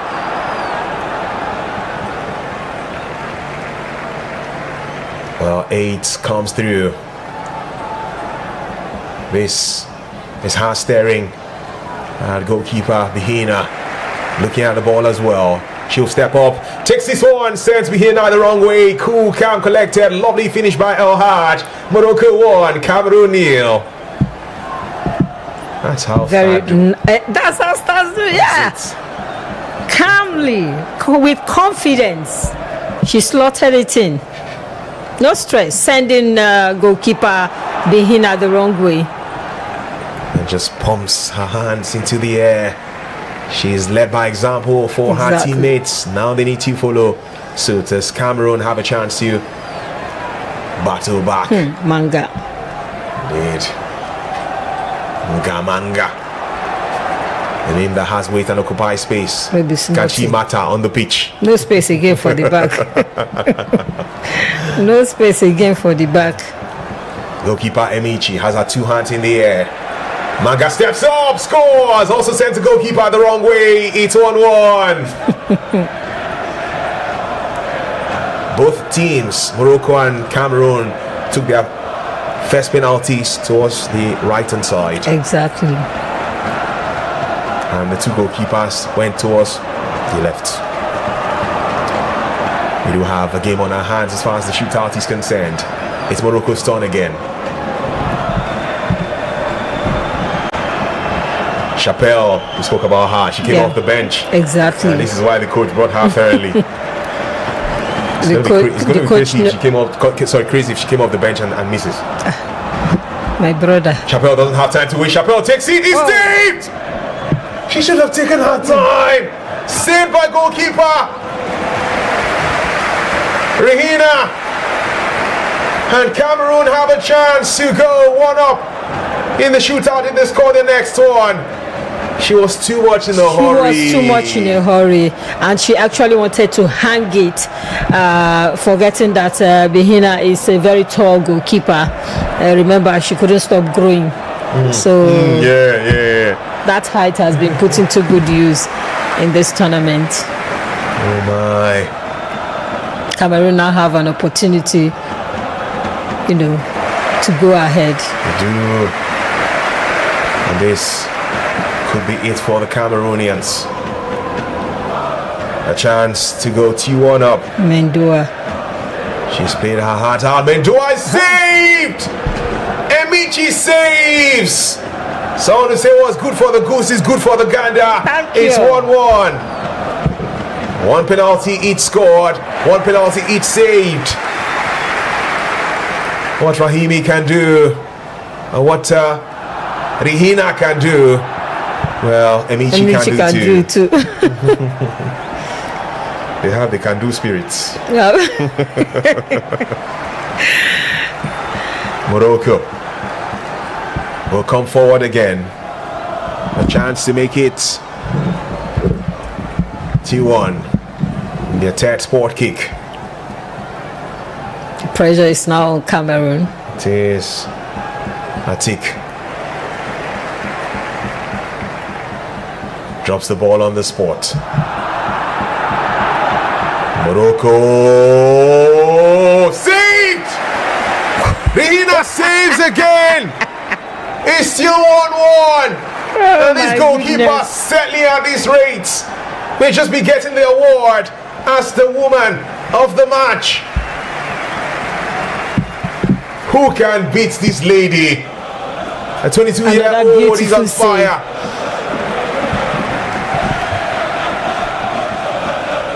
Lady who plays for Benfica is showing that tonight she's thicker. When you have a good goalkeeper, you can go to bed with your 2 eyes closed. Indeed. Now it's the turn of Bella Rose, who also came off the bench. We just saw Chappelle, who was brought in for penalty kicks, missing one for Morocco. Can Bella Rose? Sounds like the name of a telenovela. Indeed, yeah. Kind of ones you like, really. Take this one. Bella Rose runs towards the ball. Bella Rose scores! And Cameroon take the lead for the first time in the shootout. It's Morocco 1, Cameroon 2. And the hosts have to respond. Emichi dived the right way, but just could not get to it. Bella Rose had come in to take the place of Ibam, and my word, did the coach make the right choice. Morocco now have to fight to make it 2-2. Can she crown the evening with, or the night rather, with a goal? Talking about Azraoui, yes, because she's been awesome. She's been amazing for Morocco so far in this game against Cameroon. Rawi stares at she can't goalkeeper even take Regina. Save again by Regina! And Cameroon on the verge of a place in the final. 3 penalties saved by the 22-year-old shotstopper for the Central Africans. In fact, they should double the salary of the. They should double her because she has done the job of almost the whole team. Wow. Morocco again seem to have issues with penalty kicks. Finalists in Wafcon 2022, finalists in Wafcon 2024. Now without Nigeria and South Africa, they were seen as #1 favorites on paper. But what do we know? They may not even get to the final in the first place. If Cameroon score this, the Central Africans will be making another Wafcon grand finale. Here they are. This is the moment their fans have been waiting for. There's enough time to breathe in and breathe out. Emichi, she has to save this one. She has to. Taken, scored, and Cameroon are through to the final of Wafcon 2026. They have beaten Morocco by 3 goals to 1. 3 times unlucky. And Morocco will not be in their 3rd consecutive Wafcon final. Cameroon is set to take on Malawi in the grand finale on Sunday. The hosts are out of the running. Yes, they are, and of course, what a way for Cameroon to make a comeback, and of course, get to the final of the Wafcon once again. And this time around, maybe it's 4th time lucky. I don't know, because they've made it to the finals 3 times, and of course, couldn't get their hands on the trophy. Maybe this time around they could just manage to get it, but then they got the Chawinga sisters to deal with as far as it's concerned. And but for Morocco, fantastic run. So unfortunate, they've gotten to the final back-to-back against in 2022 and of course in 2025, but unfortunately for them, South Africa and Nigeria were the stumbling block to their victory, and this time around they couldn't even make it out of the semi-finals, and that alone is somehow destabilizing to the team. But then it's a work in progress. One day now, one day. Well, I think that as much as the final has not been played yet, goalkeeper Regina already deserves the award as the best goalkeeper of this tournament. Not only that, they should increase her salary. They should. In fact, if there's anybody that should be credited with qualifying Cameroon for the 2026 Wafcon finals, is that lady called Mekale Regina. So they should, in fact, they should be thankful that they have her as a goalkeeper. And talking about goalkeepers, I mean, it's like it's the era of goalkeepers. They are growing. They are much better. Everywhere, both the male and the female team. Goalkeepers have been like the backbone of every team now. Everywhere. Cape Verde can testify too. Exactly. Sure can testify, and Regina is an excited bunch. Really has been fun doing this one.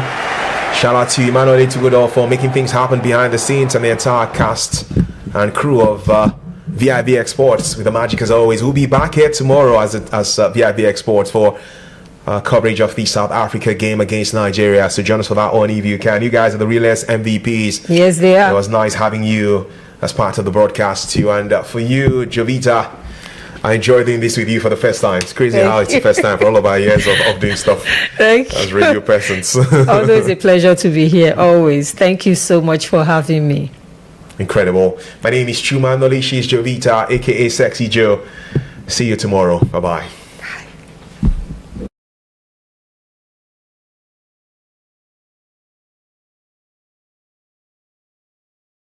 Emerging as the ultimate champions.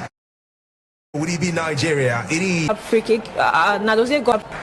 Incredible, insane! Cameroon have scored! What a free kick. Well, the free kick was out of this world. Sometime in 2004, Arsenal coach has scored a free kick for Nigeria against Cameroon in the Wafcon. in 2026. The Indomitable lionesses have gotten revenge, and this goal is something that will be spoken about for days and weeks to come, for sure. But just when I thought Nzana was going to take it, Njajo stepped up instead with her right foot. Chiamaka Nadozie went for the ball towards her right side, but could do nothing about it. That one was fired like thunder. Nadozie couldn't put asunder. Cameroon go top, Nigeria go under. It's Cameroon leading the Super Falcons 1-0. Wow. Wow is the word there. I was a very superb free kick. Nadozie got her fingertips to it, but she would just assist the goal into the back of the net, and that was a very fantastic free kick routine from Cameroon there. And I mean, what a goal! One of the goals of the tournament, if you ask me. There has to be eviction. There has to be one team emerging as the ultimate champions. Would it be Morocco? Would it be Nigeria? It is on a knife edge, this one. This free kick is from over 30 yards out. Long ball by Estelle Koronkwa. Nigeria Super Falcons have done it!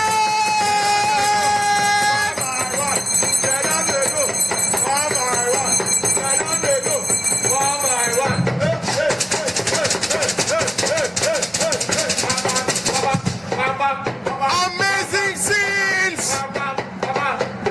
Moments of celebration from all across Nigeria, because the Super Falcons have met the criteria, and it feels like Moroccan players are sick with malaria. Nigeria have come from 2 goals down to lead by 3 goals to 0, and the moment is magical. Estelle Koronkwa with the free kick. He checked in, it was in the mix. And this is 3-2 for Nigeria. Mission A. Incredible, insane. Cameroon have scored. What a free kick! Well, the free kick was out of this world. Sometime in 2004, Arsenal coach has scored a free kick for Nigeria against Cameroon in the Wafcon. In 2026, the Indomitable lionesses have gotten revenge, and this goal is something that will be spoken about for days and weeks to come, for sure. But just when I thought Nzana was going to take it, Njajo stepped up instead with her right foot. Chiamaka 15th edition of the Women's African Cup of Nations. Get ready for an electrifying showcase of the best of women's football. The passion, the zeal, the beauty and the footwork. The continent of Africa returns once again to celebrate the showpiece that shines down low. Raise the roof, people! The skills, the goals, the celebrations, and everything that makes the Women African Cup of Nations will be on display. It's a total package. Who wears the crown? Who takes the glory? Would there be a successful title defense, or would we have a new champion? This is the Women's African Cup of Nations showpiece.